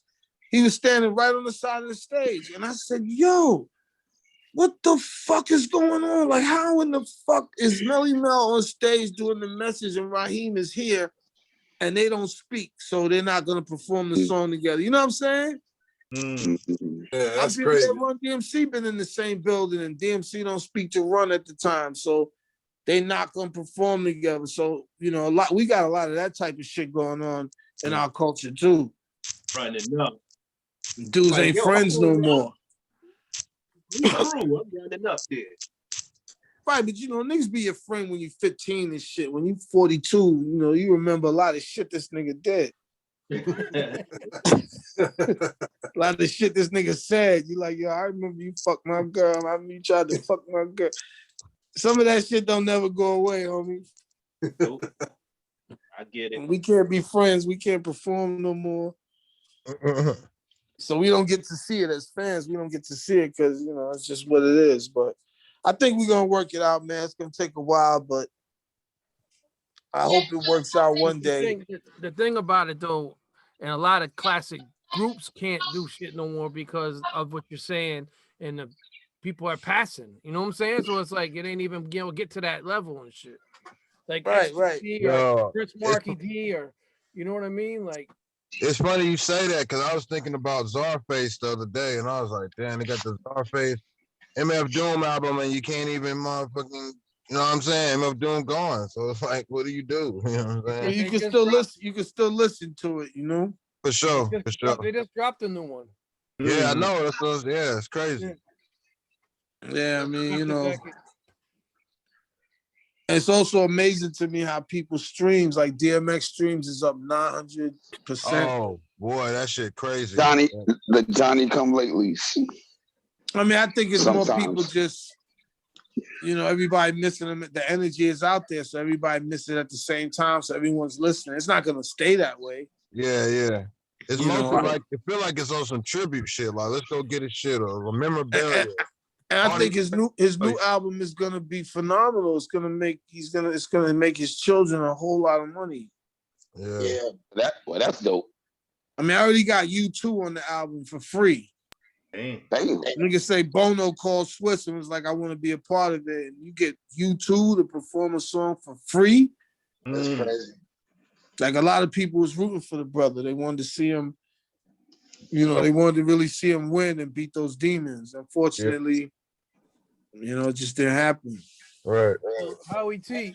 Yes, sir. Select Records. Was that connected to you? Because wasn't you TFO to get Chubb Rock on? Did you connect that or? When UTFO was signed to Select, and then I started DJing for Roxanne and stuff like that. You know, it was a new label, so anything we brought to him, he was gonna sign. You know, because he just wanted to develop his, you know, his label. Yeah. So you know, after he was mad that I didn't bring him Special Ed. You know, because I brought him because you know, Little Sean was on Select before Capitol. Oh, okay. So Little Sean was on Select, Chubbs was on Select. I had another group called ESP. And you know, so and then when I did Special Ed, when we shopped it somewhere else, he was mad that we didn't bring it to him first to give him a shot at it. But the reason why I didn't bring it, the reason I ain't go to him is because he wasn't paying. Oh, okay, all right, yeah. I don't know if y'all remember the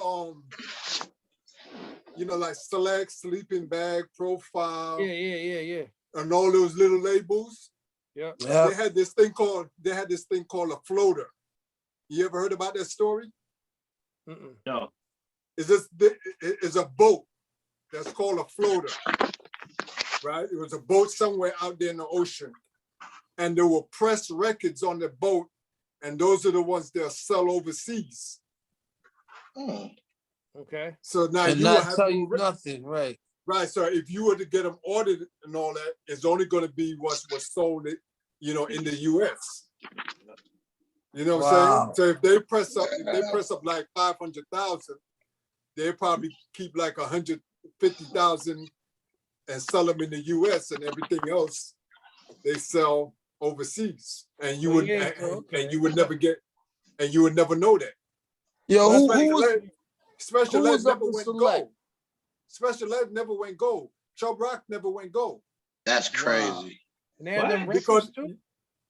Because they keep saying that it only sold about so much and that was it. Right. And this is before they had sound scans, so everything was receipts.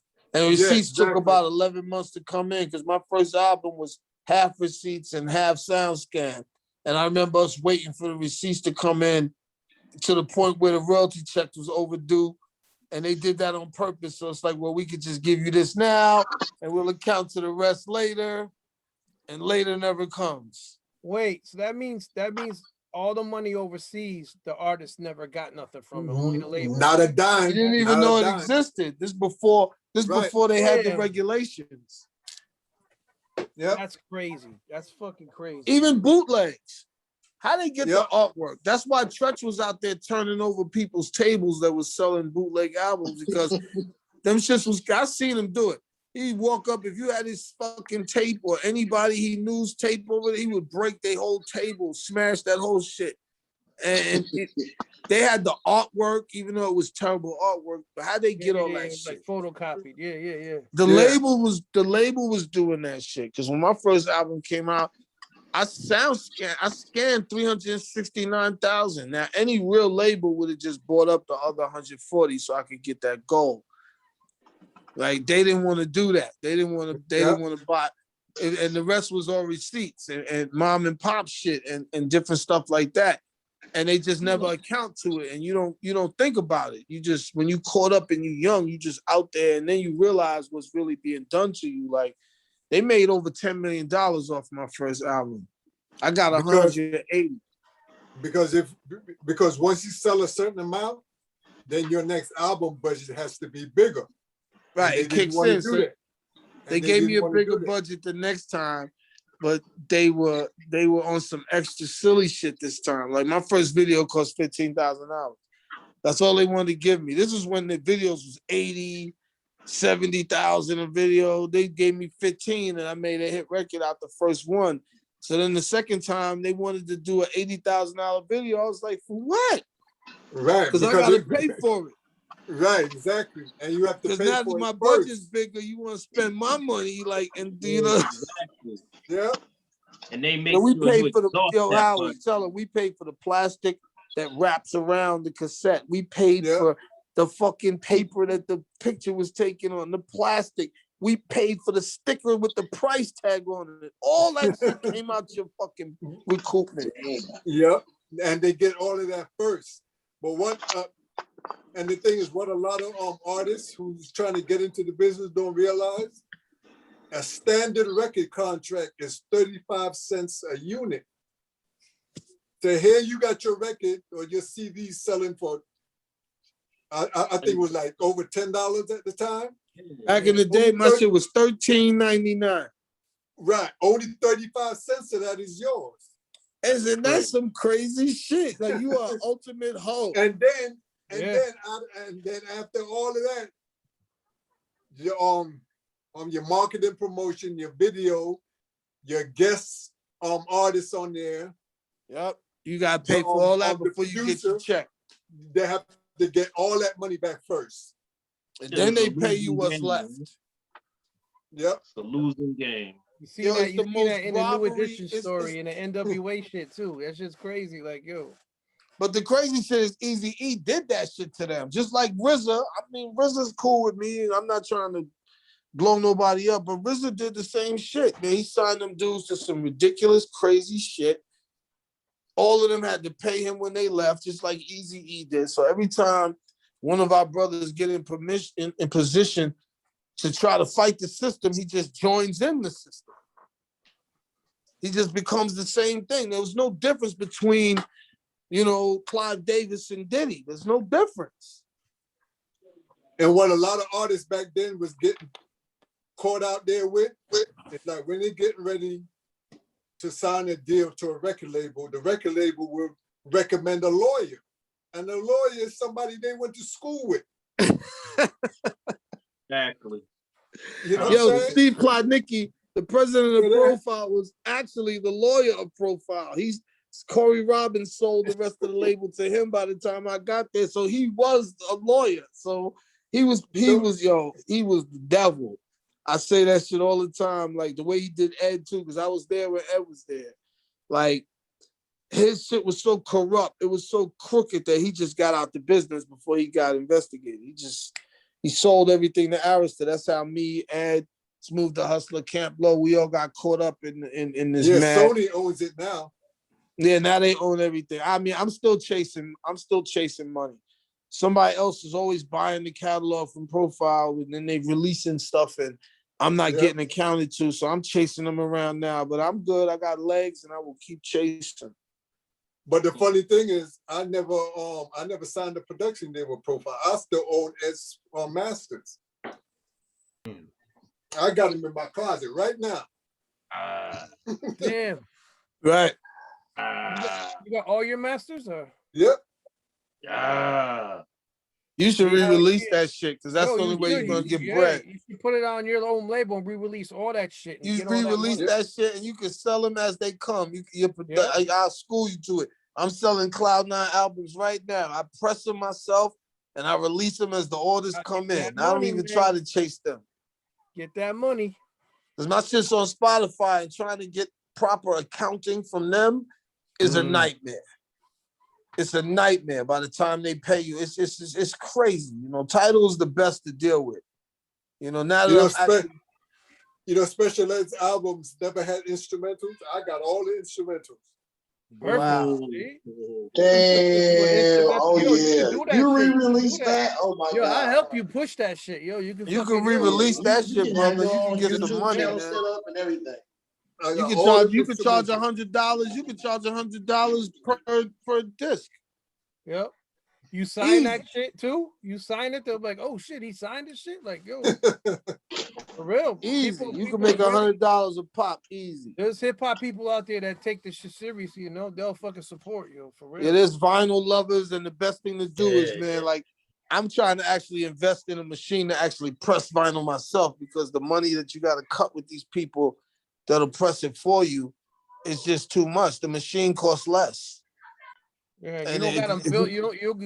You could make them as you sell them. Like, okay, I got 3, I'll make 3 right. Right, so you don't have to order Yeah. 500 of them and you selling like 20 a week. That should take you 8 months to fucking get rid of them. Like, you want a quick turnover. So if you press them yourself, you get 10 orders, you press 10 albums. Right. You know? Be your own independency, man. That's how It's just hip-hop another started. stream. Like, it can't be your only income, but with these CDs, I sell 4 to 5 of these shits a week at $50 a pop. That's my gas and phone in 1 week. You know? So it's just streams of income. We got to get smart and figure out ways to make the money back that we've been robbed for. Yeah, because Dana Dane told me that after a certain amount of years, you're able to sell your material. Well, you're supposed to own your masters. You're supposed to own your masters after 20 years, period. Yeah, after a certain amount of years, they're supposed to give you your masters back. But this is the problem. When you sample a lot, it's a problem. Like, my problem with what you want is the deal I had to make with Otis Redding's foundation, because that's sitting on the dock of the bay. The sample we use. So the deal I had to make with them is lifelong. They will always have 50%. Like, I had to do what I had to do just to use that. Yeah. You know, because his wife wasn't too happy with my lyrics, with some of the cursing.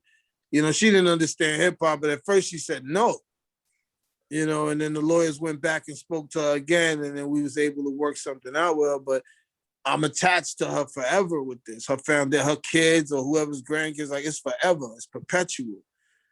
And a lot of hip hop records that we made back then, we sampled some really classic artists. Like NEMC, I used the fucking Spinners. Like, I will never be able to own that. You know what I mean? Like, Rakim on there too and shit. Like, yeah. Well, I pay Rakim 5 G's up front. I own that line. That shit belongs to me, not NEMC that disagree with me. Wave, yo, that shit's mine.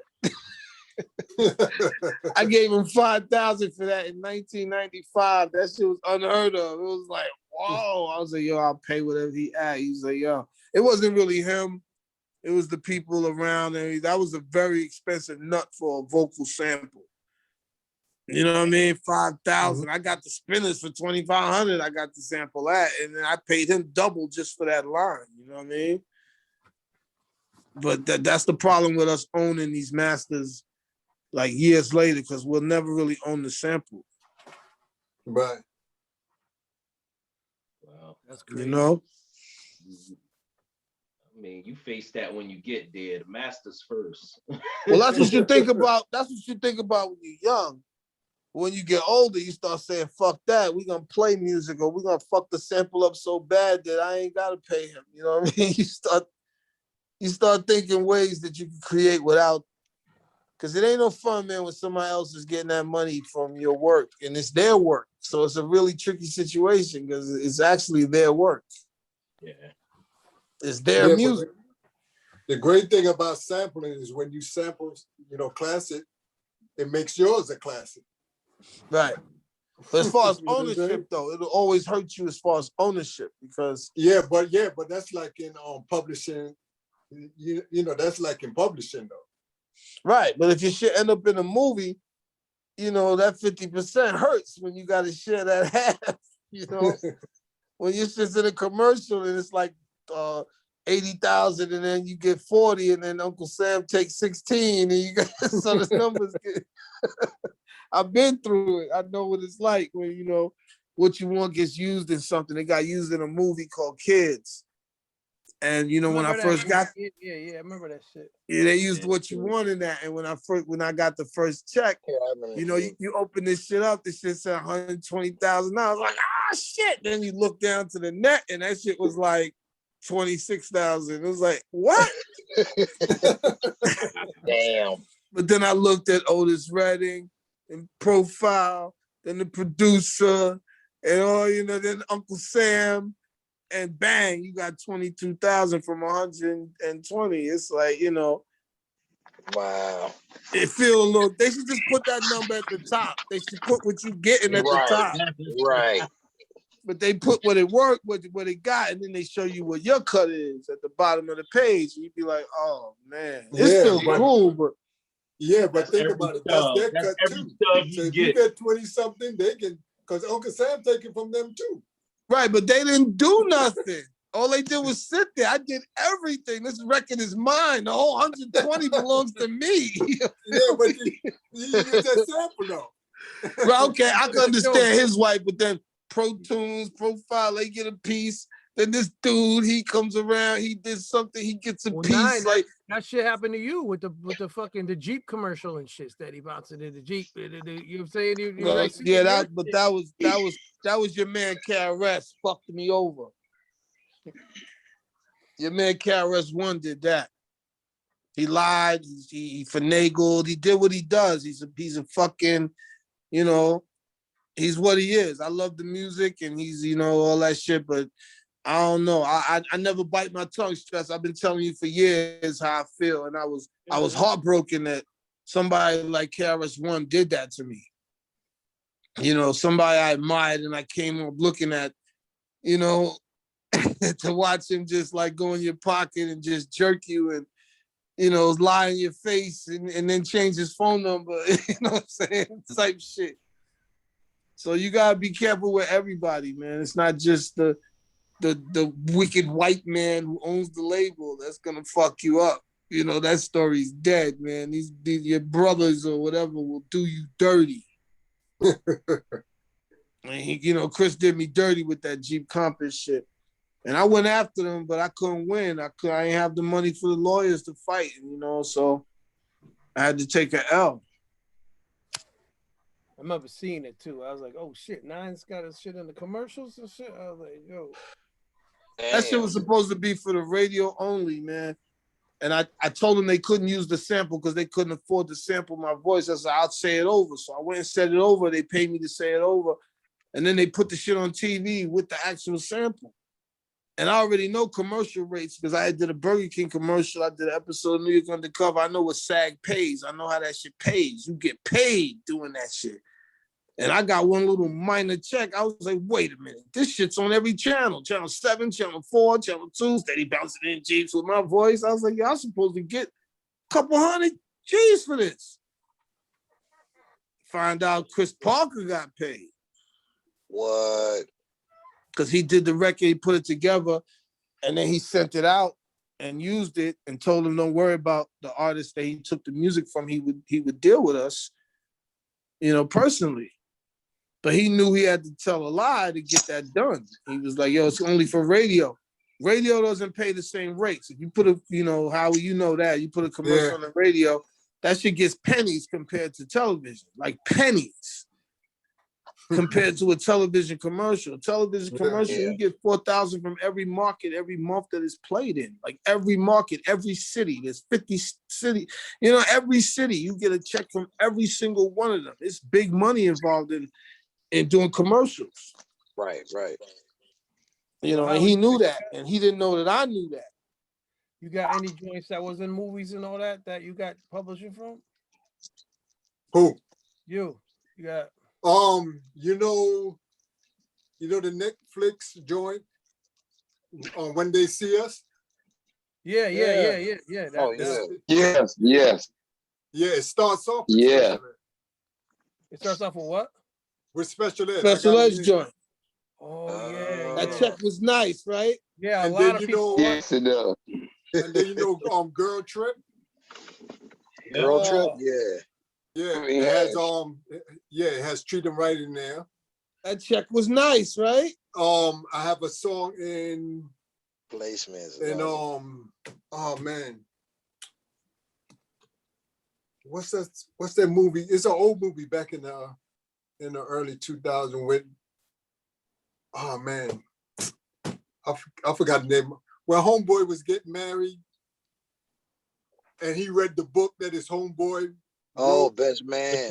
Yeah, Best Man. Yeah. Yeah, I got one in Best Man. Yeah, joint was in there too. Now I'm remembering. Yeah. I got So one. you know, so Howie, you know that them checks was nice, right? Yeah, definitely. Really And, nice. And what's that one? Oh, of course, I did the song in Strictly Business. Go Natalie. Yeah. You know what I'm talking about? Oh, I did 902. The weigh-ins, right? The weigh-ins, right? What's The that? 90210 soundtrack, did you say? The 90210 soundtrack? Yeah, I got the plaque right there. What's that? Yeah, right Yo, there. I know you got money off that, yo, for real. Like, yo. Damn. Yeah, and on Living Single had a soundtrack too. Wow. Wow, beautiful. So I know you're good. You gotta be good with all that. You still receive checks to this day from all that?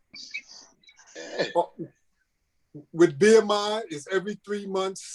With my publishing company, it's every 6 months. Right. ASCAP is 4 months for writers, 6 months for publishing.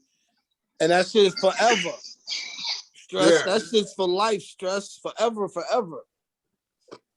So you guys know exactly when them checks are coming, huh? You're like, okay, I should be getting a check soon. Well, no, you get the check and then you read the breakdown of what was done and what was used, what was played by you, what was, But when it's a movie, I'm sure they contact you. Yeah, they always got to clear first. They got to make sure you say yes. They can't just use because it's not just like they use special that song in the Michael Jordan documentary they just right. did. Yep. Yeah, I got it made is in that.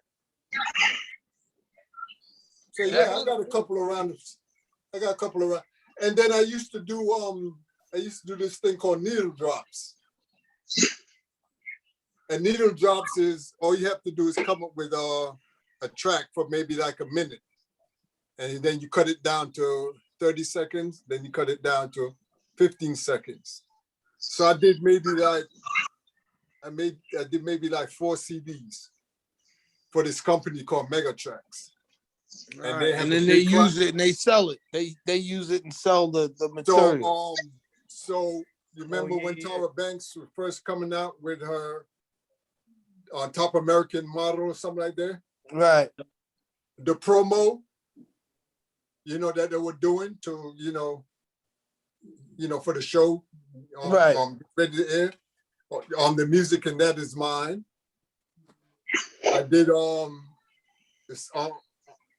have some stuff in Walmart, 7-Eleven, and some other. Yeah, there's gotta be telling dudes, there's bread out here, man. You gotta you got material that meant something. You can make a nice little piece of change, man. Just shuffling your catalog.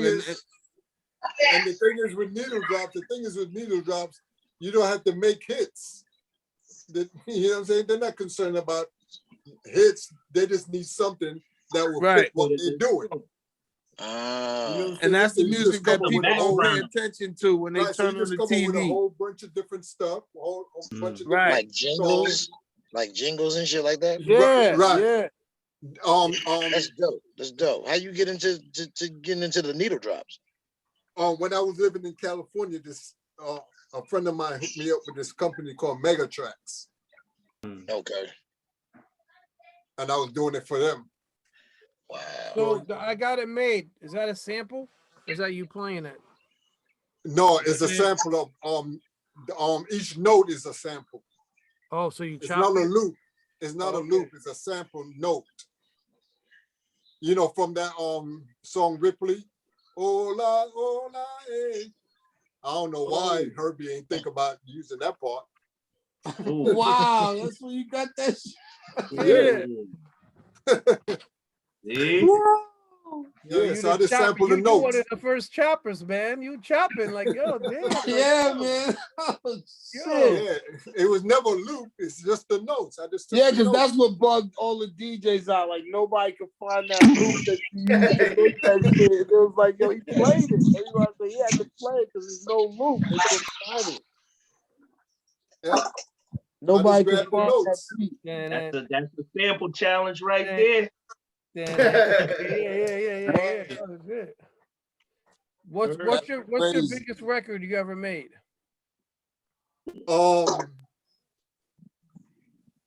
Well, produced, it's Color Me Bad, Sex You Up. All right. And well, put it this way, all my money came from pop music. Sex You Up, my Color Me Bad. Yeah. It never came from hip hop. For reals or R&B? Yup.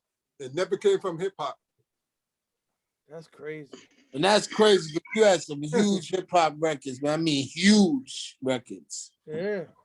Treat It Right. Oh my God, I got it made. Just huge records. Yeah. Howie. All my income came from R&B stuff, R&B pop stuff. You know, the Color Me Bad. I did a song for Paul Abdul. Which one was that? This girl named Tara Kemp.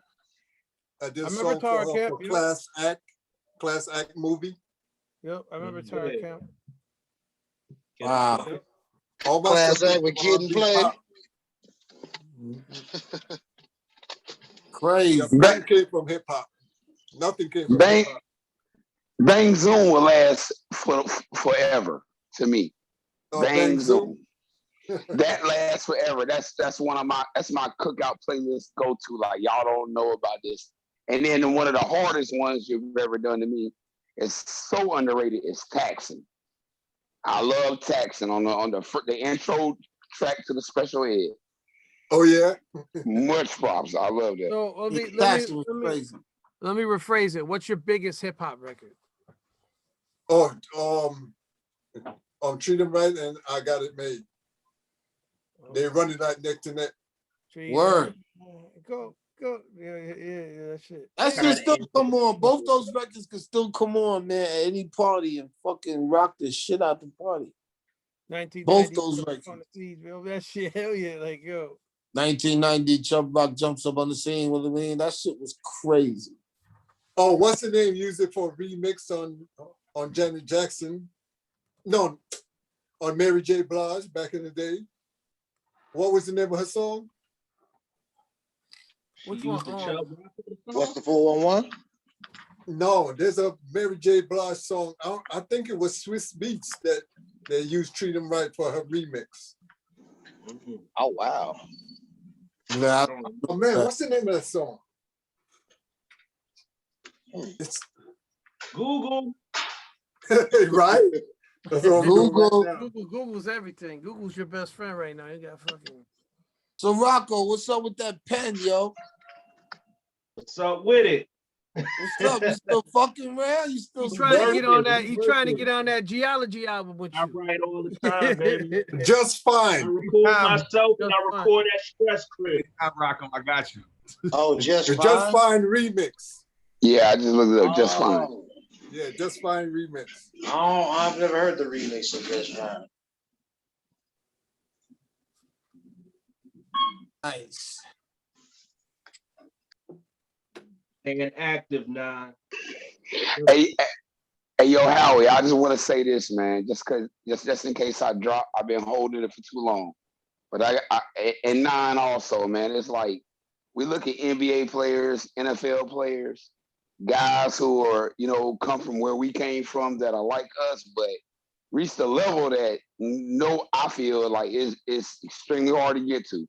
But Howie, man, I knew Marley Marl, but before I heard the term super producer, it was you, man.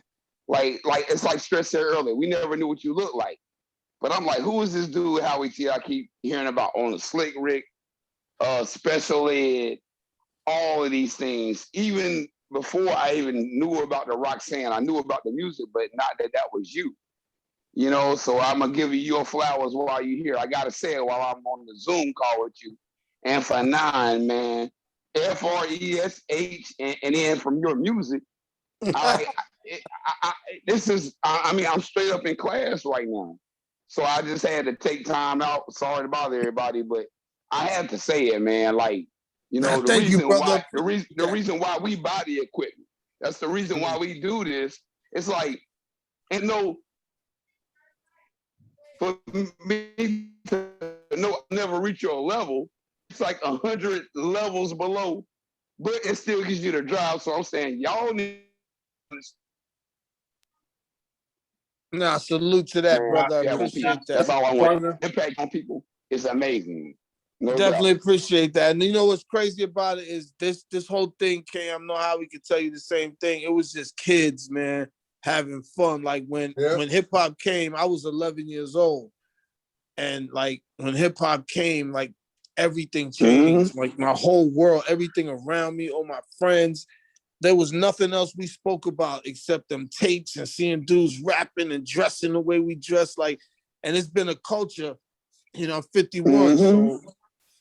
41 years of my life has been dedicated to being a part of this, chasing it, trying to create it, trying to, it's like, I just feel blessed to be able to still be in it, still love it, still do what we do, and, and have these moments with different people to talk about it. Because I know it affected all of our lives in such a crazy way, you know what I mean? Yeah, definitely. We were just kids, though. We was just kids. That's the beautiful thing. We was just kids trying to have fun, find something to do to stay out of trouble, you know what I mean? You know the Get Tough, CD3 Get Tough?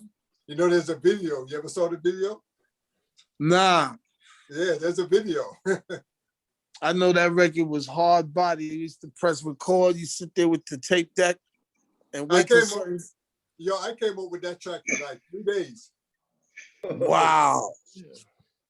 And brother, y'all was pumping out music back then too. It was nothing boring. That's why I tell people it was no friendly shit. If you heard something hot, you was in that studio the next day, y'all pumped something out. Like a week later, you had to join out, then he had to join out. And that's what made this music so special. The competitive nature of hip hop is, is what. Go ahead and I finish. I'm gonna say. No, go ahead.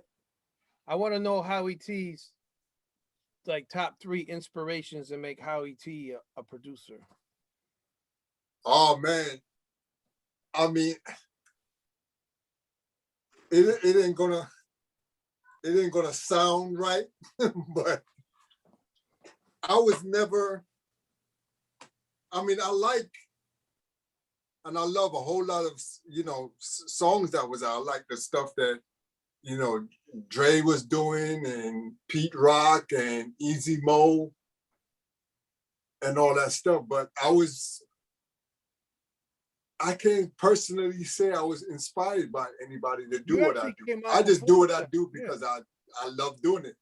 When I first started going to the studio, I was that guy that was, sitting on the couch in the back watching. You know what I'm saying? So I picked up like production. I will find myself in other people's studio. I can't even tell you today how I even got there.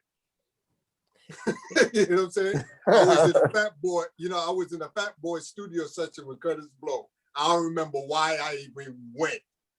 I was in the studio. You remember what song it was? Huh? You remember what song they were doing? Can you feel it? Wow. That's their joint. Wow. I was in the studio, and Curtis Blow was on the couch in front of the console, sleep. It was the engineer that was doing all the production. Wow. And it's the same engineer that did what's them guys' name that did FRESS? The Fresh 3. Oh yeah, shit, the Fresh 3. I was in one of their sessions, and it was the same engineer. Dave, what's his last name? Errol Bedford. No, Dave. Because Errol did the beat. I know Errol did the beat for the First 3 record that I was a part of. Because it was the engineer that played the Prophet 5 and one of the songs. The song that he was doing when I was there, he was playing the Prophet 5 bass line on the track. The engineer, Dave something, Dave Oregon or Dave something. I mean, if you look at the label, you'll see who the engineer is. Right. So I was in that session. I was in a whole bunch of people, and I would just watch. I'll just watch them, and that's how I know how to mix, because I watch, the engineer do the mixing and stuff like that. And then when I was hanging out when I was hanging out with Full Force and them, I watched to see how they did song arrangements. Right. You know what I'm saying? So it's no one particular person or two people. I learned from everybody that I was around that was doing the same thing as far as, you know what I'm saying, producing or arranging music. Right. Yo, that's crazy. So you was there when Can You Feel It? We interviewed Prince Marky D like on the show, and he said that I don't know if it was him or Kurowski because we did two different ones, but he said Larry was the one playing the bass on fucking Can You Feel It? Was he doing that?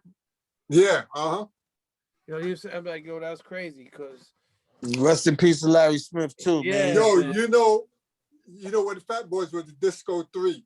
Yeah. Right? There was like a hall. Put your joint on mute. It's all good. Go ahead. It was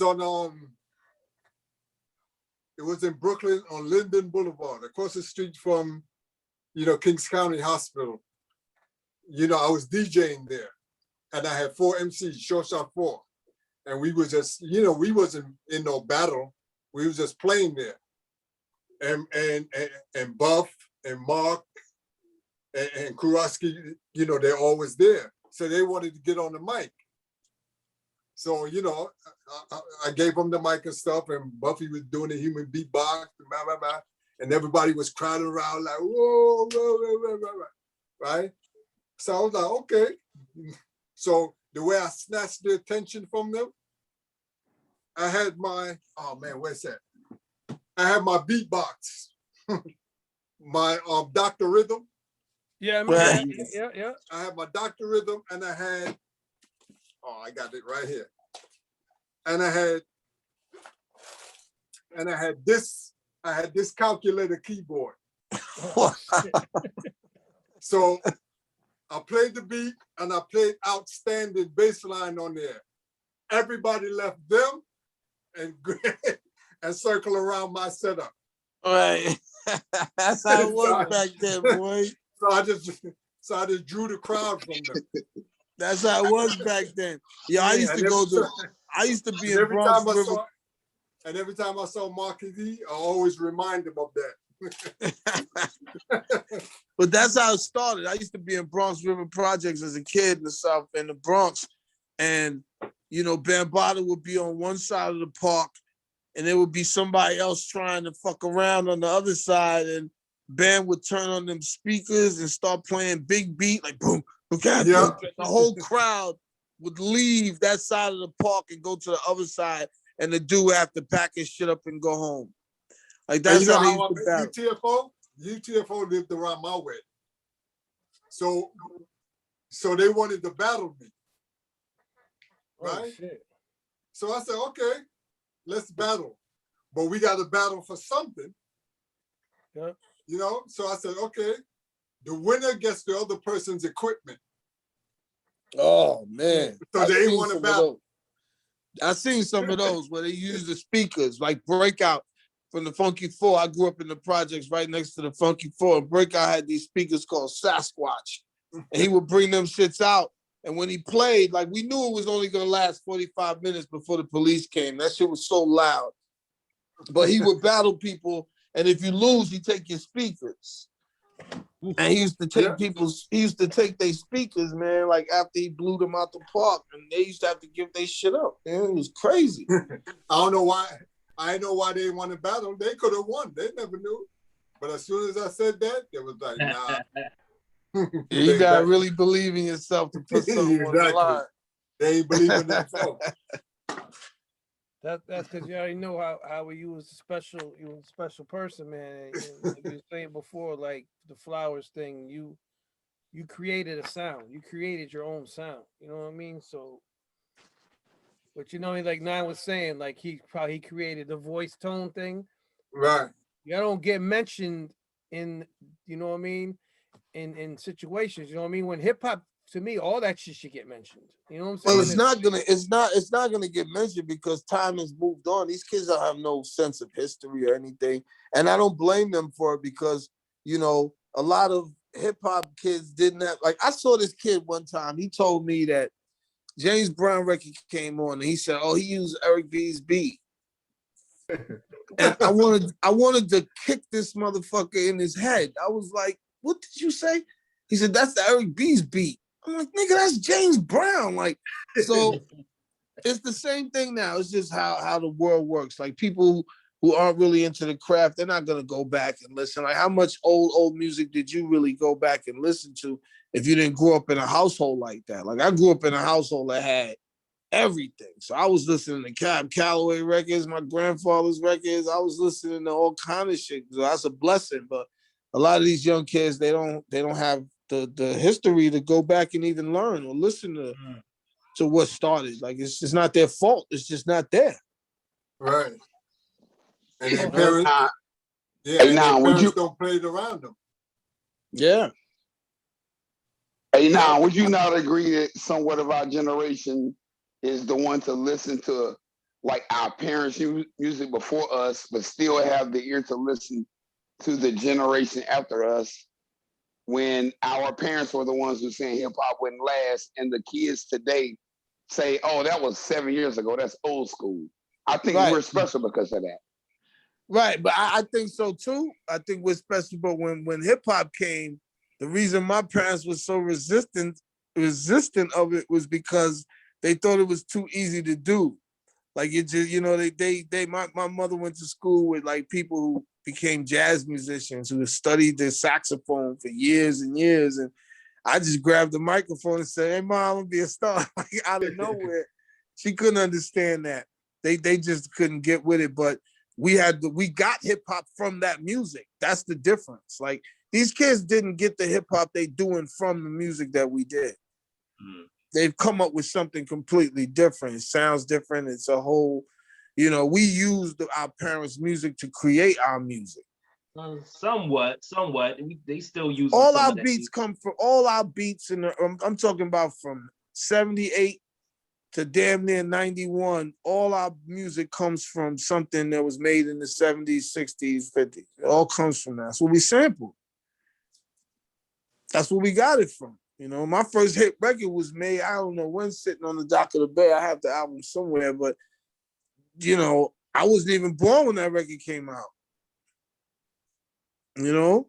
But when you got a kid now who makes a hit record, his music didn't come from the pool of music that... You could get into the Miami sound, the 808 sounds and all of that rhythm over there. They doing the same. I'm talking about as far as the kids having a sense of attachment to older hip hop, or like he was saying, they don't know the history. I'm trying to explain why that is the way it is. Because my sons, I got 2 sons, and my youngest son's 28, man, and I've had to tell him some things, and you know, because he just didn't know. He told me that fucking Young Jock was better than Rakim. When he was 16 years old, Young Jock was on BET. He was staying with me for the summer. And I was like, who's that? He said, Young Jock. I said, oh, I thought it was Rakim. He said, Young Jock's better than Rakim. And at that moment, I looked at the window and thought, should I jump? Get the hell out of my house. Get the hell out of my house. And... Not him get out. I was going to jump out the window. I was like, what did I do? What did I do so wrong? Yeah, you know, that I'm getting punished like this. Like, God, what did I do? You know I know when his dad used Rakim for one of his hit songs and shit. It didn't matter. My son was doing the Young Jock dance in the living room. He was 15. He didn't give 2 fucks about no Rakim or no hip hop raps. He was like, throw it back. He was doing the dance. He didn't care. He thought that was the best shit he ever heard in his life. Meet me at the club. He thought that was the best shit he ever heard. He said, he's better than Rakim. I said, oh, shit.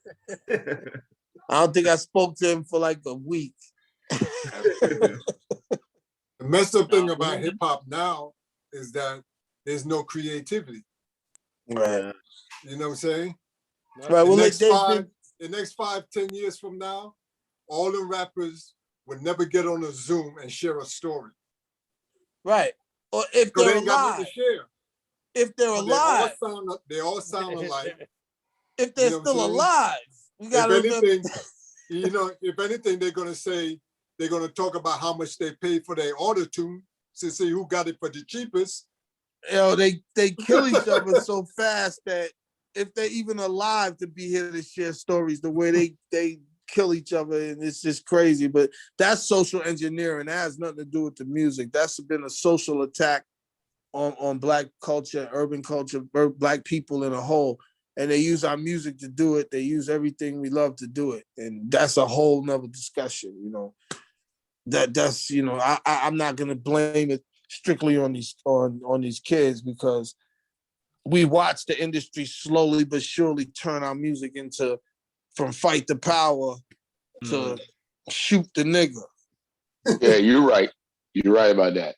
And we didn't do shit to stop it. We just let it happen. We didn't protest. We didn't do fucking nothing. So now we have to sit here and we got to eat this shit that's going on and know that we 50% responsible for it. Because we didn't fight. We just watched it happen. When Brand Newbie and all them were doing what they were doing. I don't mean fighting by making records. I mean fighting by going down to that radio stations and being like, yo, don't play another one of these bitch ain't shit records. We ain't listening to this no more. We protesting that. You couldn't do that to the Jewish community. You make one record, you say the word kike, I guarantee you that whole shit will be stopped.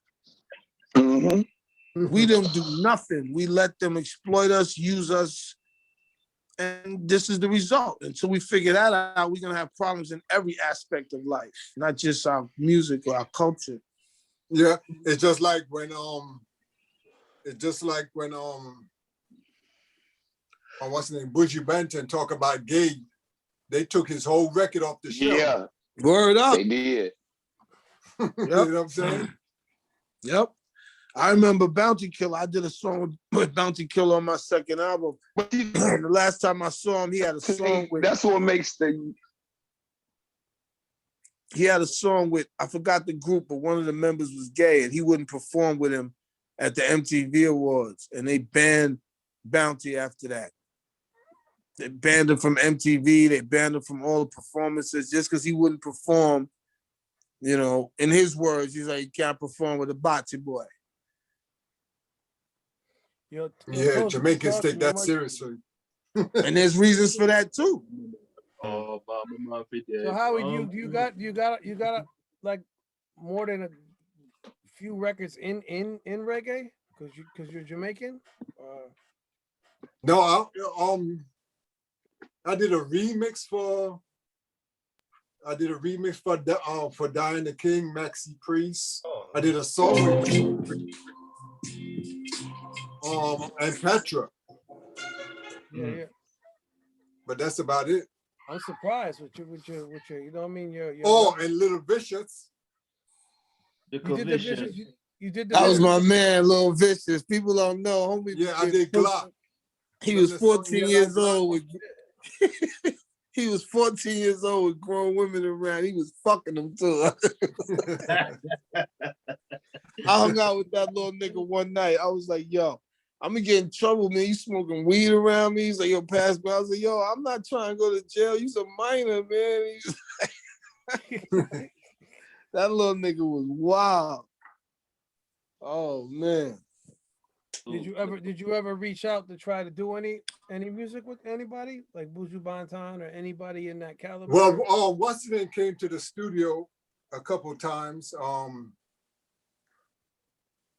Beanie Man, Frankie Paul, and Papa San. So we did demos, but we never actually put them out. Oh, okay. That's dope though. I mean, I didn't know you was Jamaican. I never seen you before to now. Like, you know what I mean? I seen you actually. You see, I was born in Birmingham, England, but my parents are Jamaican. And so, you know, so I was raised Jamaican. I lived in Jamaica. You know, Flatbush is like a little Jamaica. All my friends is Jamaican. So I'm Jamaican by blood and I'm British by location. Rude boy. Okay. Yes, everything. Yo, Rocko, check this out, man. I'm gonna let you hear this one real quick joint. This joint G-ology that I'm working on right now. Listen to this. Can you hear it? It's kind of thin. Nine, if you send it to me, I could play it through the speakers real clear. It's not clear. Please deliver us.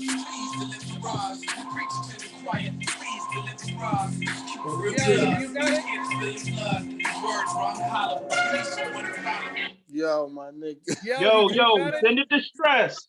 Yo, Gavin. Yo, Gavin. G-ology, do you got it or you don't got it? Nobody. That's a preview of what we working on. I ain't sending that to nobody. Oh, okay, No, okay. I'm saying if G-ology's got it, he's on a computer. You got it, G-ology, or you don't got it? Yeah, I got it on mine. Yeah. Play like a first. No, he ain't got this. Wasn't an invitation to play. I just threw it on real fast. You can see the energy is out of this world. This shit is this dude right here. He's a humble brother, man. But yo. Yeah, we just wanted to hear it a bit more clearer. You came a long way, bro, dog. We gonna show them niggas something. I mean, this Grammy type shit. Like I can't play on a small scale. I can't think small. I just can't do it. You know, I can't be being involved in this culture for this long. I just can't think on that little scale. That's why I don't put out music constantly. I wait until shit is just outrageous and my clip is full. I got a mixtape, an EP, and now this album with you, and we're gonna, you know what I mean? I think people need to focus that way if you want to keep doing this shit. Listen, you gotta think big. Like Stress is always saying, what can we do about it? What can we do about it? The only thing we could do about it, we gotta challenge them on their platform, on their level. You know, if we keep allowing ignorant music to be on the highest platform, then there's no way to stop it. Right. There's no way to compete with them if you don't have the same drive and quality in what you're doing. I tell people all the time, that's why this shit is getting worse and worse. Did y'all hear that record with Benzino's daughter? Toilet Ray or whatever. And she's like, make the pussy purr. Oh no, I didn't even know. I've never heard Yo, it. that record is like platinum. That shit got like 10 million streams or some shit. She's popping right now. Yeah, but yo, the whole record, she she's making cat sounds and she's talking about that's what her pussy sounds like. Crazy. I heard a record on the radio today, and I'm like, is that Benzino's daughter? I couldn't believe that shit, yo. I got grandkids now. My granddaughter's 6 years old, man. She walking around going, purr. Oh man. And singing Cardi B songs and shit. I mean, we can't stop it. She don't know what she's saying, but that's what she hear. You know what's crazy now? No, when we was that age, we wasn't even saying hip hop records. We was saying some Hall and Oates or fucking, you know what I mean, all that other shit. Well, there was no hip hop records when we was you know like fucking all the James Brown and the first hip hop records was whack. That fucking Sugar Hill shit was garbage. That's still up for debate as far as that being first. Melly Mel will tell you that shit's the worst record ever. Like, them niggas will tell you that shit sucks. Well, they the first hip hop record I heard was King Tim III. King Tim III, right? But that wasn't really hip hop. He just said a little rap in the middle. It wasn't hip hop. The whole song was rap, wasn't it? But it was a part where he rapped, but the beat wasn't hip hop. It was just he caught on to something and he ran to the studio and just did a little rap because they used to do that shit in the 1930s. You could pull up records where dudes is we're in the cypher rapping. In the circle. That's it. Yeah. Yeah, like Here Comes the style Judge. and talking. Yeah, like that song, Here Comes the Judge. Yeah, Here Comes the Judge. Here comes the Judge. It was always there, but like, you know, rap records to me didn't get dope until they started finding their own identity. All the early rap records was off of somebody else's record. Whipping Good, you know, different beats, whatever R&B record was popping, that's the record that a rap record would come out, like Disco 4. You remember, Howie? All them old records, it was always off somebody else's other shit that was already on the radio. It wasn't until like Stephanie Mills stuff. Anything that was popping, Heartbeat. Then you had Church's Three's Heartbeat. It was always like a remake, like reggae record, reggae music. Yeah. It wasn't until, you know, really, I'm gonna give it to, you know, you gotta give it to Running Them for really coming in, like just making all original shit and just, you know, breaking the doors wide open. Yeah, but Sucker MCs was action. Right, that's true, but it sounded way better than action. Oh, fuck him up.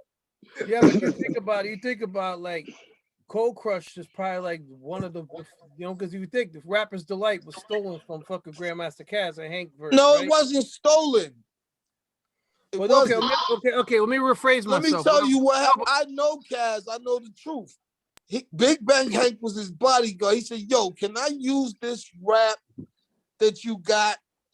I want to put it on this thing I'm doing with these people. And Caz said, whatever, man. He didn't care. He told me he didn't care. He thought it was nonsense. It was bullshit. And the next thing you know, this nigga was on the biggest record, and the Caz was like, oh shit. No, but what I'm saying is that was Caz. That was Caz. If Caz never did that verse, it would have never, Rapper's Delight would have never existed. Right, but those three dudes worked at the pizza shop. They was never rappers. We saying, already know. They worked at the fucking pizza shop. Sylvia found them niggas and said, yo, let's go to the studio, say this shit, and we're gonna get this money. And that's what they did. Because they're saying there was never no group. The Treacherous 3, the Cold Crush, and Grandmaster Flash, and the Furious 5, and the what's the other group that was rhyming that battled fucking Cold Crush? What was their name? You talking about with Theodore? Yeah, they're saying, yeah. They're saying that those four is the originators of the whole fucking everything. Am I correct? No, it's not just them. You got Soul Sonic Force, Cosmic Force, Jazzy 5, Force MDs. Like, dude, there's all so cassettes, many right? groups. All on cassettes recorded in parks and parties and shit, right? Right, but that's you just said four. I'm telling you, there was so many crews. You know what I'm saying? There was so many Mastodon, MCs. Mastodon and the Death Committee, Cosmic Force, Short Shot 4. Niggas that you fucked with. They was groups everywhere. It's just that Cold Crush, Fantastic, and Treacherous and them was the first to get records. They was the most popular, you know? Yeah, their routines were better.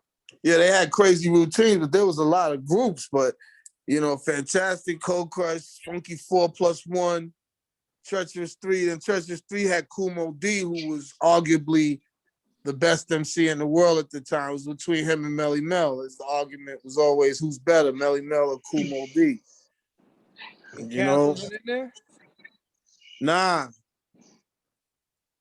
Caz was earlier than them. He was more like that street rapper dude, but he wasn't like Melly Mel and Mo D. Like when Kumo D rapped, his vocabulary, first of all, was, you know, had people thinking it was unbelievable. He was saying shit like incredible, inevitable, inseparable. Like, like the fuck? He gotta be the best. The shit he was just, his vocabulary was just, and his voice, you know.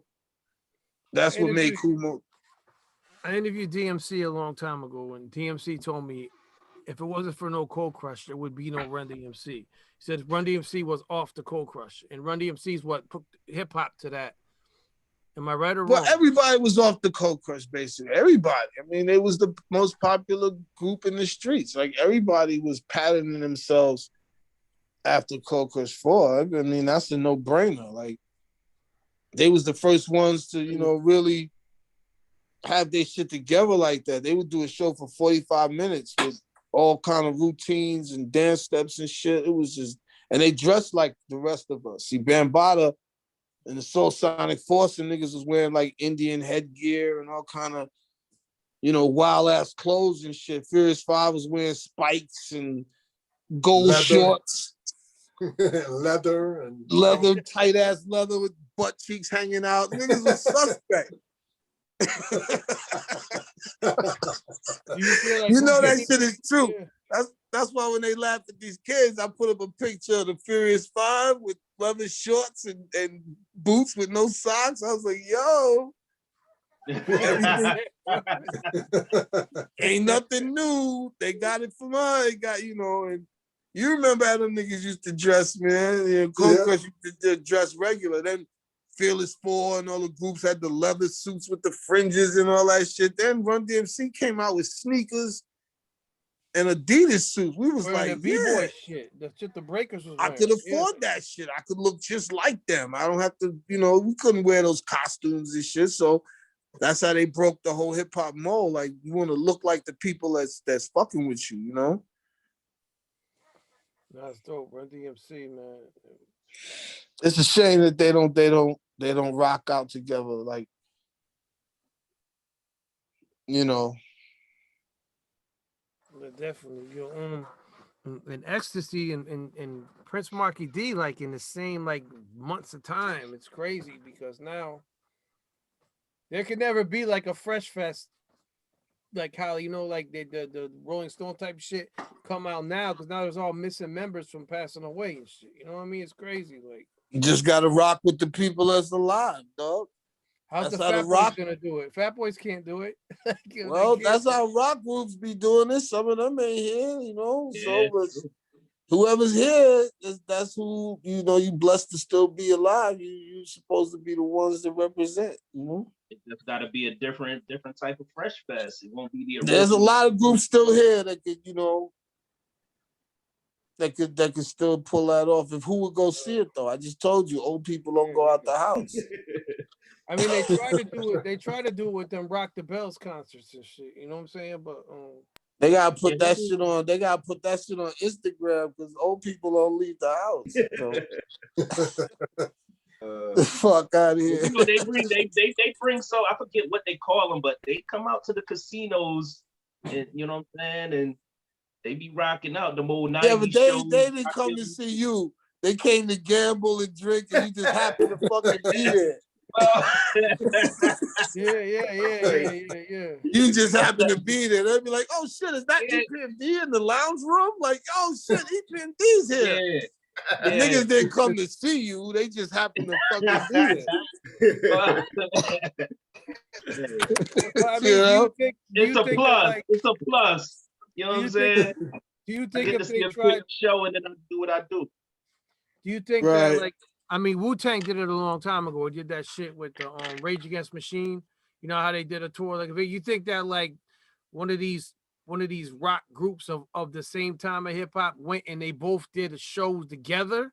Who wants to see that? I would. You would get different people to come to it. No, the only reason they did that before was because they didn't trust hip hop to survive on its own. So they stick a big hip hop group with a big rock group so they could try to guarantee their money. When we don't need rock and roll to fucking pack out concerts, but they didn't know that back then, and that's why they used to stick us together. Who the fuck? How it was with they had New Kids on the Block and Naughty by Nature. Who the fuck wants to go to that? But you had Naughty by Nature. You would have a Naughty by Nature. You would have a SWV. You would have a Silk. You would have different. There you go. Okay, R&B. That's all urban music. Silk. I could fuck with Silk. I could fuck with SWV. I could fuck with. You had Fat Boys and had Kool and the Gang. I could fuck with that. We would. But people don't think I'm not trying to go see Def Leppard and fucking LL Cool J. You know what I'm saying? I'm not trying to see Metallica and Busta Rhymes. I threw you some free tickets with Def Leppard and LL. I wouldn't go. Yo, Stress already tell you I don't go to shit. I don't fucking care about none of that shit. I met Prince. You would bow out on the last night, but you would be prior to that, you'd be like, yo, I met Prince. Shit like that's some normal shit. Yo, you just said you met Prince. How you met Prince? I shook Prince's hand. I performed at Prince's club in LA, Glam Slam on my tour, and my record was popping. He came to the show. And I shook the motherfucking little nigga's hand, looked right in his face, and I almost fell asleep. That nigga's eyes is so crazy. He was like, "Have a good one." I was like, "Oh shit, it's fucking Prince." But I was like a little fucking bitch. I was like, "Oh shit, it's fucking Prince." He was just like, "Have a good one," with a mad deep voice. I was like, "Oh shit." After that, nothing impressed me. I was like, "Yo, I just met Prince. I shook Prince hand. Fuck all you niggas." I used to work at Warner Brothers, so I see Prince all the time. Right, see, but for me, that shit was just like, we didn't expect that shit. We get to the spot, And it was me, Exhibit, the Alcoholics. It was a big show in California. And they was like, you know, the man's upstairs. I was like, who? They was like, Prince, this is his club. I was like, he's here? Niggas was like, yeah, man, he's upstairs. He said for all y'all to come up. And, oh, we just was lined up and everybody just lined up waiting to shake his hand and say hello or whatever and shit. And I heard he didn't stay to watch the show, but he came through. You know what I mean? After that, I was like, I'm not impressed by none of these motherfuckers. I just met Prince. You know what I'm saying? You know what Prince used to do it? You know what Prince used to do at that club? You know, because that club will open like every Saturday. The Glam Slam. Right, yeah, the Grand Yeah. Slam. So one time, you know, like it would be like a regular Saturday night, everybody partying and all that, and he'll just show up and do a concert. Out of nowhere. They said he was Out of on nowhere. that type Nobody shit. knew he was coming.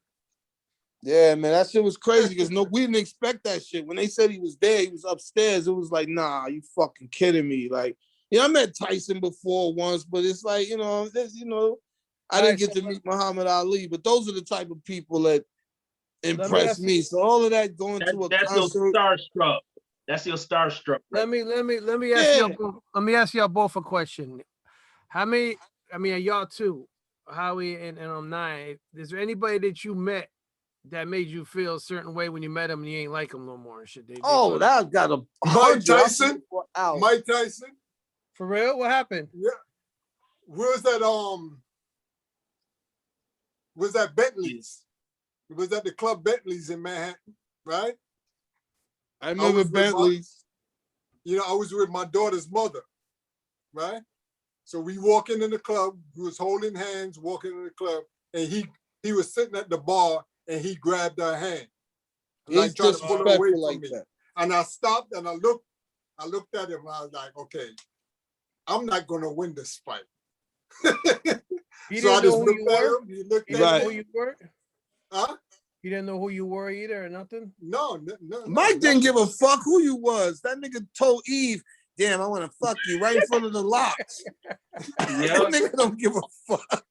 So what happened? What happened? No, I looked at him, he looked at me, and then he let her hand go. And then I just walked off. I wasn't gonna stay. I wasn't gonna try and fight him. Right. Yo, he's mad disrespectful. You know what the locks told that story about? They were standing right next to him with Eve at the Grammys, and he was looking at Eve going, yeah, I want to tear that ass up. Right in front of them. They was like, yo, we're gonna have to poke Mike. Yeah. They was like, you heard the story. They was like, yo, who's gonna hit him first? They was like, yo, Sheik, you gotta go first. You the biggest. He was like, I ain't going first. But he was so disrespectful. He knew that Eve was with them. He knew who she was. He didn't give a fuck. That nigga was crazy. Yeah, because I met some you're assholes. gonna be sleep. Once he hits you, you're going to sleep and shit. I met some assholes. Most of them was in the music industry though. Most of them was like artists and shit. Like, all right, who you was know. it? Tell me somebody and shit. Well, I told you know the famous me and Curtis Blow was getting ready to fight. Oh, for real? What happened? That was crazy. I did this play called Echo Park. It was at the Apollo for like a week. I was playing the part of DJ Hollywood, and Curtis Blow was the narrator of the play. So we used to have to rehearse, and we rehearsed in Harlem. Grandmaster Caz was in it. He was the DJ. They had break dancers and stuff. And me and Curtis just didn't gel, man, for whatever reason, man. Like it wasn't good. You know what I mean? He just was he was a dick to me. You know, I just looked at him like, you know, and he had this ego, and he said something to me like, yo, when I was the king of rap, I was like, when was that? I was like, what did I miss? Wow. I said, I remember you. I said, your shit was corny to us. I said, we wasn't fucking with, so I started singing Borrowed Money from the Mob, and I just kept fucking with him. I kept saying that shit. And it got on his nerves and shit, and he was like, yo, don't say that shit again. He looked at me, he said, yo, don't say that shit again. I said, borrowed money. And this nigga jumped up out his chair. I jumped up and shit. And Caz was like, yo, chill. They had to break, all this shit is facts. You can ask Caz. They had to break this shit up. I was like, yo, come outside. But I was antagonizing him. I don't know why. Because we made up after that, but he just rubbed me the wrong way. I didn't like the way he was acting towards like a lot of the kids. They were young break dancers that was there. And, you know, he was real critical of them. He was like, oh, back in the day, they used to do it then. You know, these kids was trying their heart out, and he was like just shitting on their dreams. And that shit didn't sit right with me. I just ain't like it. So I got one more story. All right. Come with it. Eric B. Uh-oh. Eric B. Chubbs and I went to the tunnel because MC Light had an album release party. Right? Yeah. I had my BMW. Now I'm the kind of person with cars. I always trick my car out so it won't look like anybody else's who has the same car. Yeah. You know what I'm saying? I always want my car to be different from somebody else's and not just because of a license plate. You know what I'm saying? Right. So Chubbs and I was leaving the tunnel, and you know, back in them days, you get in your car and you drive around the block a couple times so people could see you. Right. So we drove around the block and was on the West Side Highway side. Right. And we stopped. Right. So me and Chubb sitting in the car. And then I looked at my rear view mirror. I seen like 25 guys coming and they surrounded my car. Right. And then Eric B walked up to me and said, oh, what's up, How? I thought you was somebody else because my boy got a car like that and somebody stole it. And I'm saying to myself, okay, ain't nobody got a car like this. It was about to try to so if it wasn't me, he would have robbed me.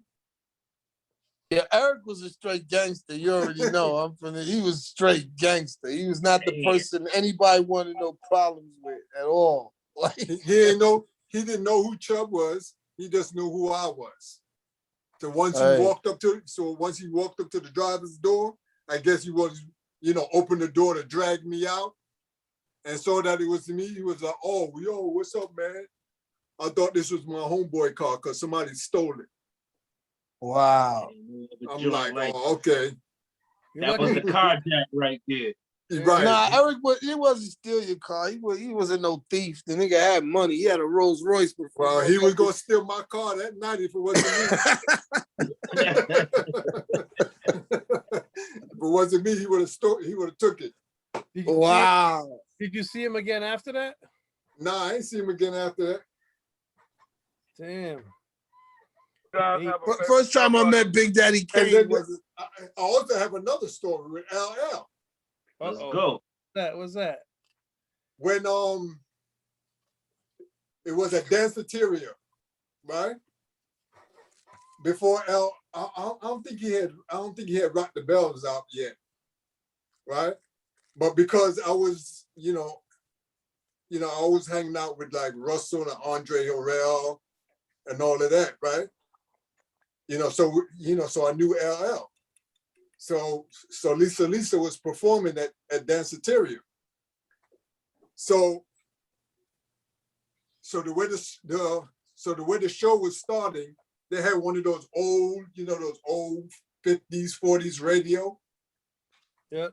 So Full Force had me and LL go and like acting like we turned into stations, and they'll turn to like different songs of Lisa's. Like we act like we're turning it, it'll play Take You Home, turn it, it'll play another song, blah, blah, blah. Right? So I remember, that same night he was bragging about, yo, man, I'm getting ready to make this album, man. It's going to have 10 records on it, man. It's going to have 10 records on it. And I was like, oh, word, blah, blah, blah, blah. Right? So now he was in the movie Crush Group, right? Yeah. So now they had an after party after the screening in Queens at Encores, a club Encores in Queens. Yeah. Okay. So he was there. So, so my brother and I walked up to him, to congratulate him, yo, man. And he looked at it, he said, yeah, all right, man. And just walked away from us. I was like, my brother and I looked at each other like, what just happened? He acted like we were groupies and, you know what I'm saying? He ain't changed at all. He's still the same way. So now here comes a couple of years later when Chubbs was performing at at the Apollo. That picture right there. Yeah. Right? We was in the dressing room So now I was coming down the stairs to go to backstage, and LL was coming up the steps, right? So when he coming up the step, I was like, oh snap, yo, what's up, Al? Howie T. And he looked at me, because I felt like I had to introduce myself all over, all over again. So he looked at me like, like, oh man, come on, man, I know who you was. You know what I'm saying? But I was saying to myself, apparently you ain't know me at Encore. You know what I'm saying? You forgot who I was then. Yeah, that's crazy. So yeah, he put a bad taste in my mouth after that. Yeah, Nine told me that. I said, if you ever meet him, you won't like him because the way he's gonna act like you're nothing, he's gonna look past you. Yo, that nigga shook my hand. Yo, that nigga shook my hand while he was looking at Cuba. And then I tapped him. Yo, the nigga, he'll shake your hand, but he's looking somewhere else and shit. And he does the famous touch your shoulder. If a motherfucker ever touch your shoulder and say, all right, man, how you doing? Or whatever, that's a technique that they're taught. It's like sunning you. Nine, I hate that, yo. I hate the pat on the back, bro. You know what I'm talking about, right? When like Flex does that shit all the time. Flex will shake your hand and he'll put his other hand on your shoulder while he's talking. It gives you a feeling of whatever you're gonna ask me, it's all good, relax, and then he's gonna be out of there in the next 5 seconds. He's not even gonna, Big Daddy Kane did that shit to me too when I first met him. I was just with Chuck, and we met him at Dapper Dan's, and this is when Kane was on fire. There was girls outside and all that shit. And Chuck Chill Out used to always tell me, don't ever sweat none of these dudes, man, when you with me. But it was Kane, and I was standing there, and I just walked up to him. I was like, hey, yo, Kane, man. And then he said, all right, that's nice, man. All right, he shook my head, he just turned around. Yeah, I felt mad small because these girls was looking. They was just looking like with the laugh and shit. And Chuck Chill Out told me, I told you, you played yourself. Now you played yourself. And I was mad at Kane forever after that. I told him about this shit when I really got to meet him. And he was like, I did that to you? I was like, yeah, man, you embarrassed me, man. I was like, G Money and shit on the roof. I was like, in front of all them people, you embarrassed me, man. Yeah. And Run dissed me too. Oh, Run dissed me too. That's my Memphis Bleak story. That's my Memphis Bleak story and shit. He did that same shit to me after, I think Sean Price had passed away and they cousins and shit. And I think that's right around Chink's Drugs passed away. And we went to go see him at a little small club and he walked by and even my wife was just like, yo, this was Bleak, blah, blah, blah, da, da, da, da. And he just walked by us and shit, right? So I went and gave the Effervescence and Stressor CD to one of his men. He's like, yo, I'll give it to him, da, da, da, da. But so I hit him on Twitter and I was like, yo, you treat your fans fucked up, da, da, da, da, da. He's like, when I do that, and I was like, last night and pointed out everything. That nigga ain't say nothing back. Damn, man, Bleak though? Like, did you really care? No, I didn't really care, but Bleak is Bleak. You know what I'm saying? It's like, man, listen. I want to hear his run story. What's his run story? I could see Memphis Bleak at the hot dog stand. If that nigga don't say nothing to me, I won't say nothing to him. Yo, you mean Memphis Week? Oh, Memphis Week. You crazy Memphis Bleak? I would be like, nigga, what? What's that run story, Howie? What's that run story? I didn't mean cut you off, Rocko. Oh, when I was in LA, when I lived in LA, I had my studio on La Cienega and, across the street from the Beverly Center. So there was posters up saying that Russell is going to be in the Macy's men department signing books, his book. And, and I ain't seen Russell in a while, so I wanted to holler at him, just to say what's up. So I went there and I saw Run. I was like, yo, Run, what's up? He was like, oh, it's not Howie T. And he told Russell, yo, Howie, right? And Russell was like, yo, what's up? So then I said, yeah, man, I just want to holler at, Russell for a minute. He said, all right, man, just get on the line.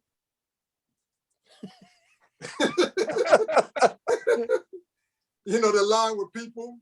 Yeah. I'm saying walking. He told me to get on the line.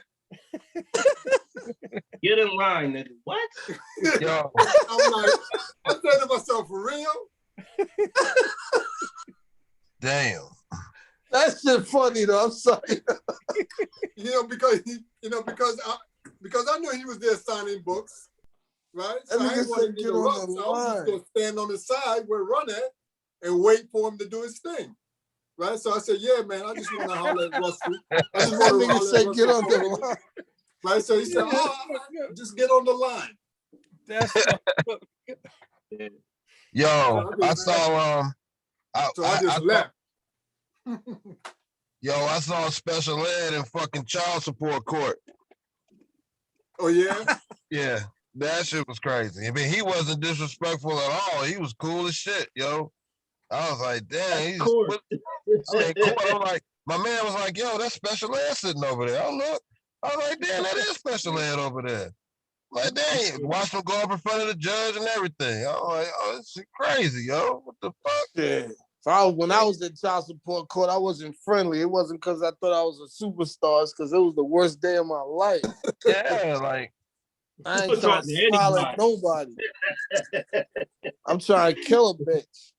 Yeah, but for Eddie, it was the opposite. He was trying to get like, cool as hell. Yeah. Yeah, he was trying to get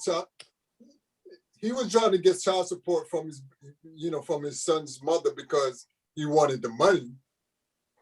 You know what I'm saying? It's just if it was the shoe was on the other foot, she was trying to get money from him.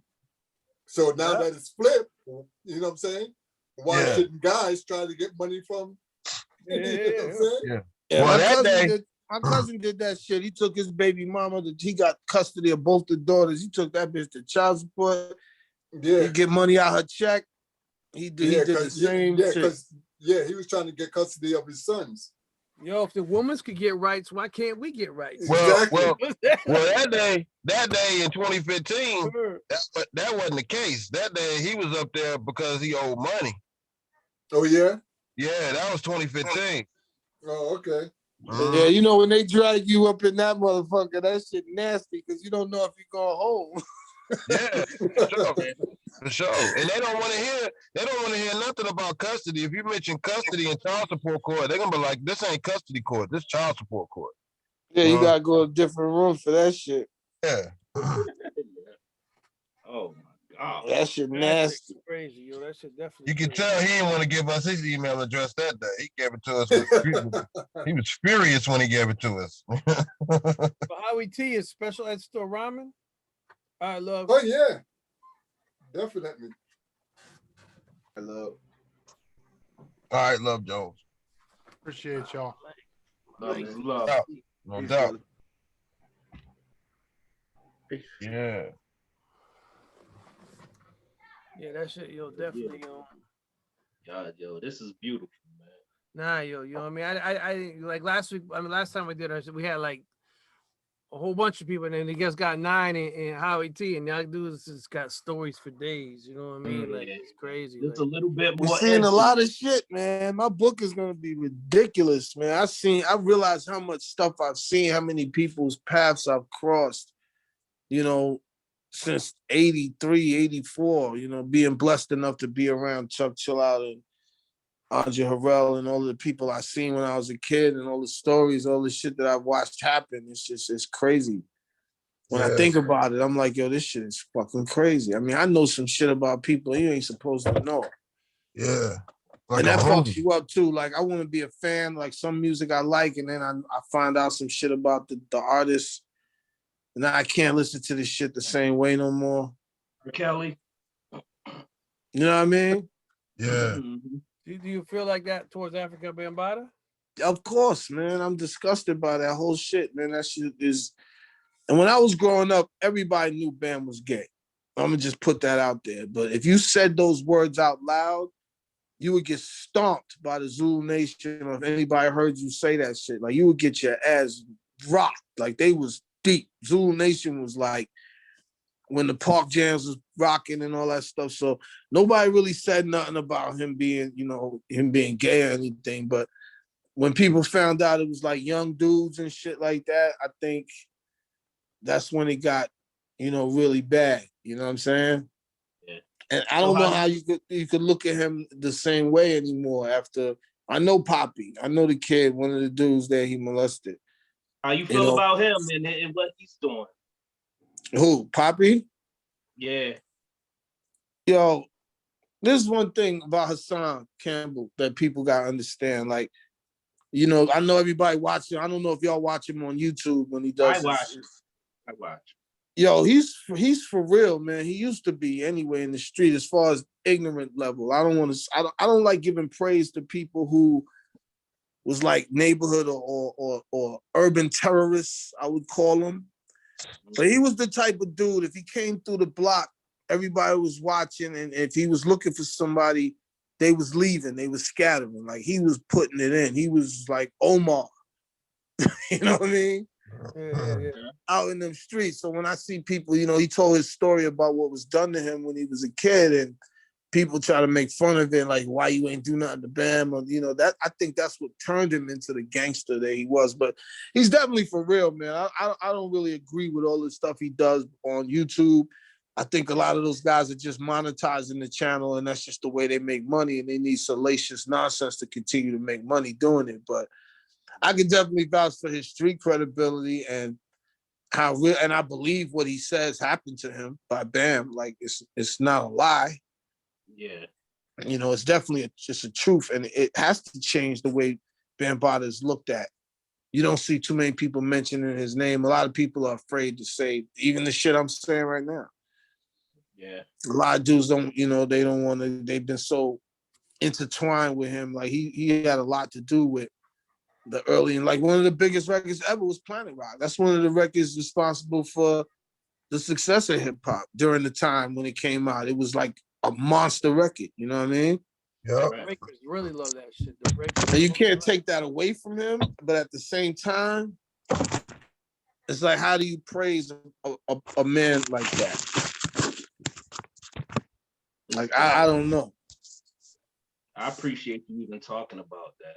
Like, you know, I mean, he was a child molester, man. It is what it is, and it's like everybody needs to know it. It's what he did. He really destroyed. And there's a lot of kids that he did it to that don't have the guts to say that they were touched. You know what I mean?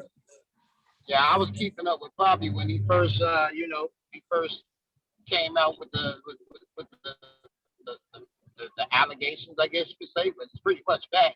And then Beach Stinger was keeping up with all that shit, man. Bambaataa's a foul dude. Yeah, and man. it's unfortunate because it's like, you know, Zulu Nation. There will be no Zulu Nation if we didn't know Bambaataa. You know what I'm saying? Mm-hmm. Do you really think that's true? What's true? Do you think someone else would have did it that was next to him if he stopped and shit? I don't know what you mean.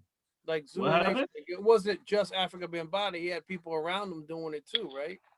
Listen, like Jazzy J. Listen. Like, no, Jazzy J wasn't involved in none of that touching boys and none of that shit. I'm talking about the Zulu Nation shit. Like, boom, you think it would still happen if Africa got caught then doing that shit? You think it would have ended everything? No, because he did get caught then. They did know he was doing it. A few of the people around him was with it. He had a couple dudes that, if you read Ronald Savage's book or you listen to a Ronald Savage interview, he'll tell you that it was multiple dudes in there all jacking off in front of him when he was a little kid. It was Bam and a couple of other dudes. Like, I'm gonna keep it as vulgar as what was said in the interview and what this kid described Bam did to him. And of course people knew. But another thing you gotta understand, Bambaataa was like Mike Tyson of the projects. Bam would break your fucking jaw. He was ill. He was a black spade. He was a gang member. He was a big dude too, right? He was ill with his hands. He was crazy with his hands in the streets. That's where he got his reputation. Like, no, he wasn't no guy you could just walk up to him and say, "Hey, you're a faggot." Like, he a big dude too, right?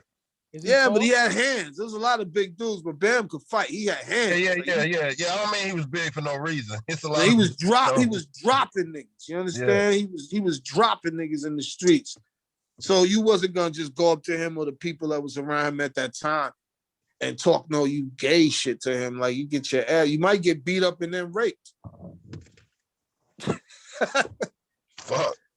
You might get the trifecta. You get knocked out by you get knocked out by a molester, then he got molested. Laugh about that shit's crazy. But I think it ruins his reputation. It takes him off Mount Rushmore. It destroys everything. It destroys everything. It doesn't erase what he did, but I can't. It tainted it.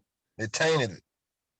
You know, I got people in my family that was molested before, but you know, when they were younger, and I see the damage that's done to them, and they 40-something years old, and they still fucked up over this shit. You know, like that's the worst shit you could do to somebody. Yeah, that's crazy. That shit's crazy, yo. You And know? I just watched that Billie Holiday, that United States versus Billie Holiday today too. That Oh, I ain't watched that shit yet. It's good. yeah, I like it, yo. It's good.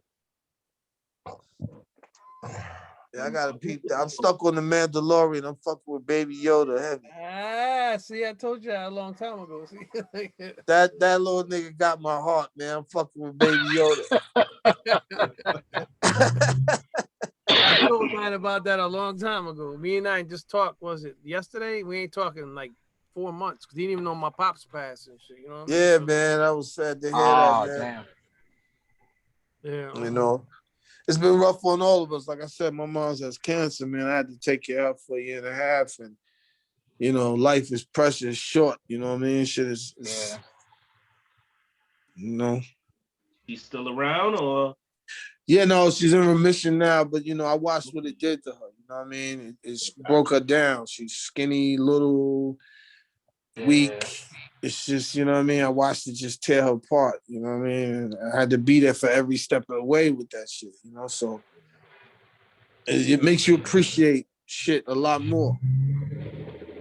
Makes you become a gladiator too. You ain't gonna let shit happen to her. I know it's like how you feeling for real, like yo. And then you see how people are dropping out here, man. You know how many friends I got my age, not just hip hop rappers and stuff. Niggas I grew up with that's just dead, man. High blood pressure, kidney failure, fucking and this, that, stroke, heart attack, heart failure, overweight, all kind of shit. Yeah. Niggas is in their 50s, 51, 52. Drop it. That shit make you. Howie, I mean to put you out there and cut you off, man. You in your 50s, 60s, I don't know what, like, I ain't trying to put your age out there, but you up there. Oh, me? Yeah. Kind of in. Some people don't care. Though. I'm 50, so you know what I'm saying? You gonna tell me, yeah. Who you talking about, me? Yeah. You said you up there? Yeah. You're like Nine's age, Yeah, right? You gotta be like Nine's age, right? Like, No, I'm 58, bro. I turned 58 this year. Wow. I'm 51, stress. You got me by a year. Yo, Howie, I hope you live to fucking at least 108. You know what I'm saying? For real, like on some real shit. You know, I'm sick. I don't know about that. Every 100-year-old man I know, he shits on himself. He can't walk. I'd rather be out of here before that happens. Before I gotta wear a diaper, I'd rather be out. No, I'm sick and tired of seeing people going, man. I'm sick of this shit, man. Part of life, homie. You get older, I know you see it more and shit. You know what I'm saying? So it's like it's part of life. You gotta wake up and start taking care of yourself. I stopped drinking 11 months ago. No alcohol, no sugar, no bread, no fried foods. You gotta change your whole shit, man. If you don't, you see what happens. Yep. Yeah, I stopped. You see, I stopped eating beef and pork since like 91. Yeah, you see what I mean? Your skin looks good. You look clear. You look, you know what I mean? You look healthy. I wouldn't even say 58 looking at you. I'm like, you know what I mean? But nah, I agree. Not at all. I would say only reason why I would say like if I ain't know you ain't come out at 85.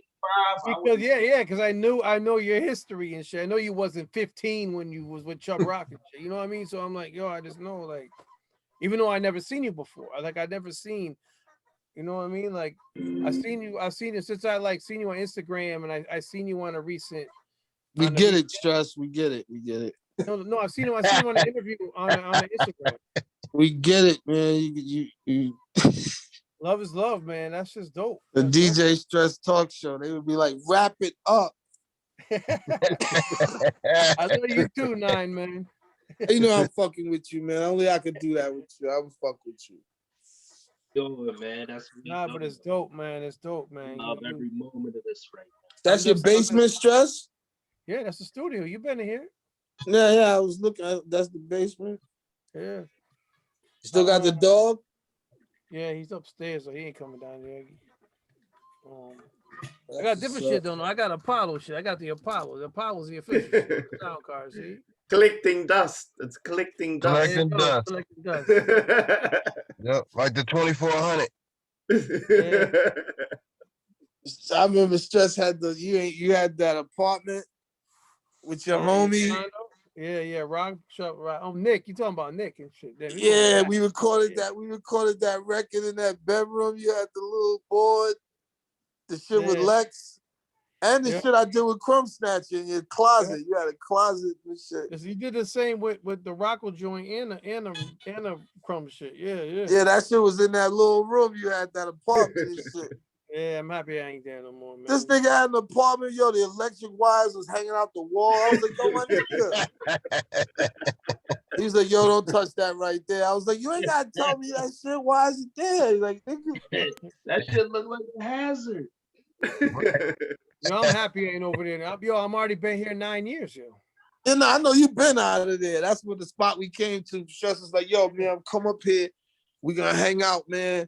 And we gonna go to this party. I think Cuban Link was performing, right? Yeah, Hippodrome. Yep. And we was like, all right, yo, Stress. This is the first time I came out to see him. I was like, yo, you gotta get some chicken, fried chicken, some Hennessy, and some girls. Yo, we get to this dude's house, man. This nigga ain't got no chicken. He got Coronas. And then he had 3 lesbians hanging out. Well, you became mad cool with freaking Desi, man. Right, that's my homegirl now. But I was just like, dang. She was like, yeah, I'm gay. I was like, yo, this dude is crazy. Fuck he bring lesbians for? We want to meet some Connecticut girls. We went to Desi's house and I seen him. He was like, yo, nice. I still keep in touch, right? You know, she went a little cuckoo, right? No, but yeah, she with the Lord and all that. I mean, yeah, but the religion got her a little crazy. But now I was like, yo, Nine's in my house. I'm like, oh, you gotta spit for him. You right, you gotta go spit for him and shit. Oh God, your homeboy that was rapping.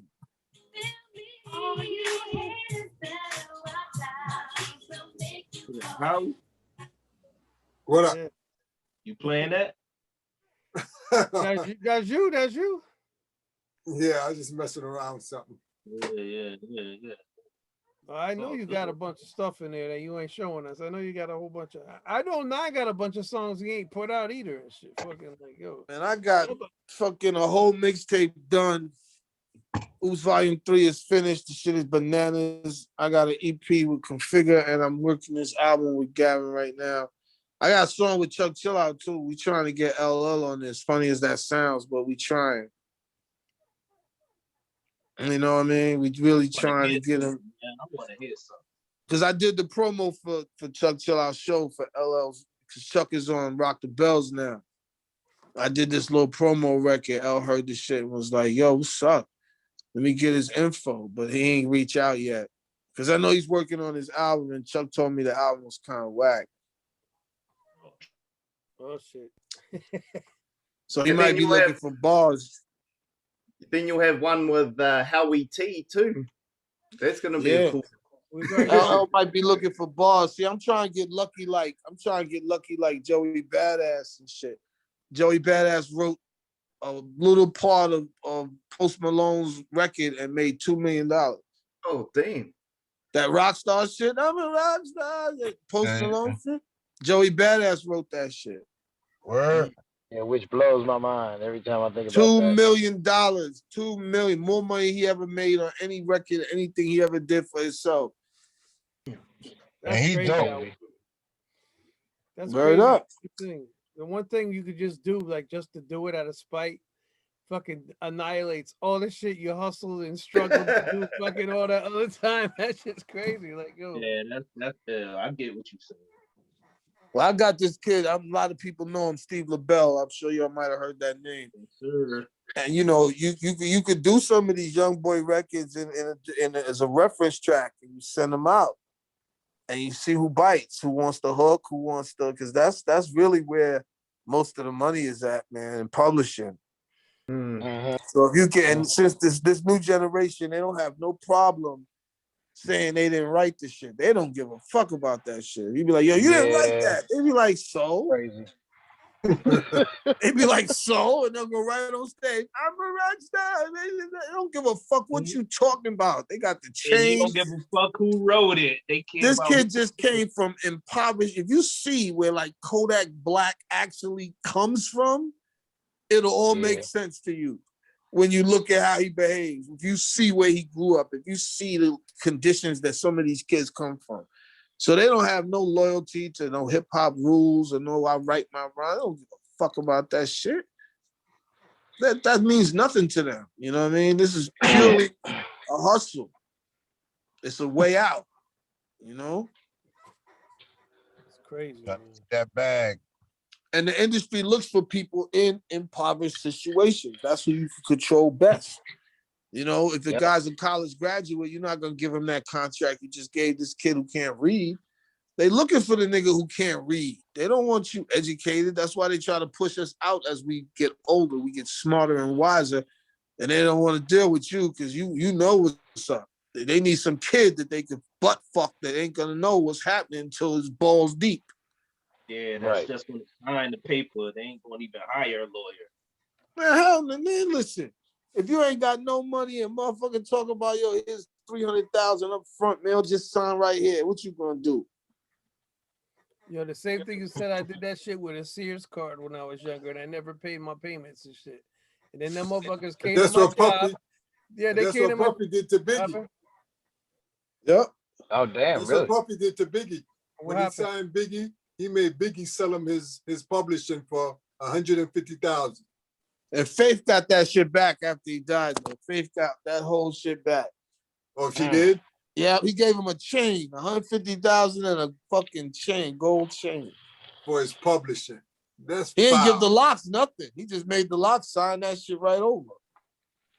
They ain't get no money. They was like, you want to sign with Bad Boy, you sign right here. You said nine. They did the same thing. They wanted to be on TV and be fucking. Yeah, but they'll give you $500,000 up front. You ain't thinking about no public. You don't know nothing about But that wasn't shit. you supposed to be signed? You supposed to be, your managers was Rough Riders already. So what happened? Listen, man.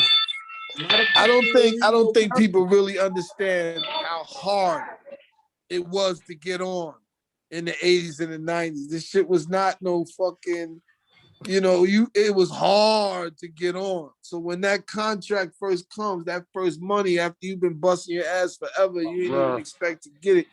You ain't really arguing too much. You know what I'm saying? I tell you what, man. I went up there in the 1990s, and you know what I'm saying. It was Cardiac Records. Queen Mother Rage had Cardiac Records popping, but their lawyer and some lady who invited me up there gave me a contract, and I went and had that shit looked at. Once I went back, I had the lawyer call them back, which was probably my fault. But I'm like, yo, we ready to proceed. We had this shit looked at. They ain't talk to me no more. Wow. You know what I'm saying? Because I knew to go have this shit looked at. Yeah, it's different situations. Like even with Profile, my contract was horrible, but I got it redone a little something where I ended up getting a little more money, and they just really wanted the project. They really, once I played, when I first got to deal with them, they gave me like this. It was a real fucked up contract, but we was getting it looked at and worked on. And in the meantime, I recorded What You Want. And I walked in that office one day and I was like, yo, everybody come in the conference. We're going to play this nigga. Chris Landry was the A&R. He's like, I got to play you this record. And I remember Steve Plotney, all of them came in. And when that record came on, They faces and attitude changed. They was like, okay, we'll fix this, we'll fix that. It was still bad, but they fixed a couple things. So they wanted the record so bad that I was able to finagle a couple more things out of them and shit. But it always depended back then because there was so many people that wanted to be a rapper that you didn't really have too much like leeway unless you was rock. You had to be like, you know what I mean? Yeah. And this is the time where the record label made you.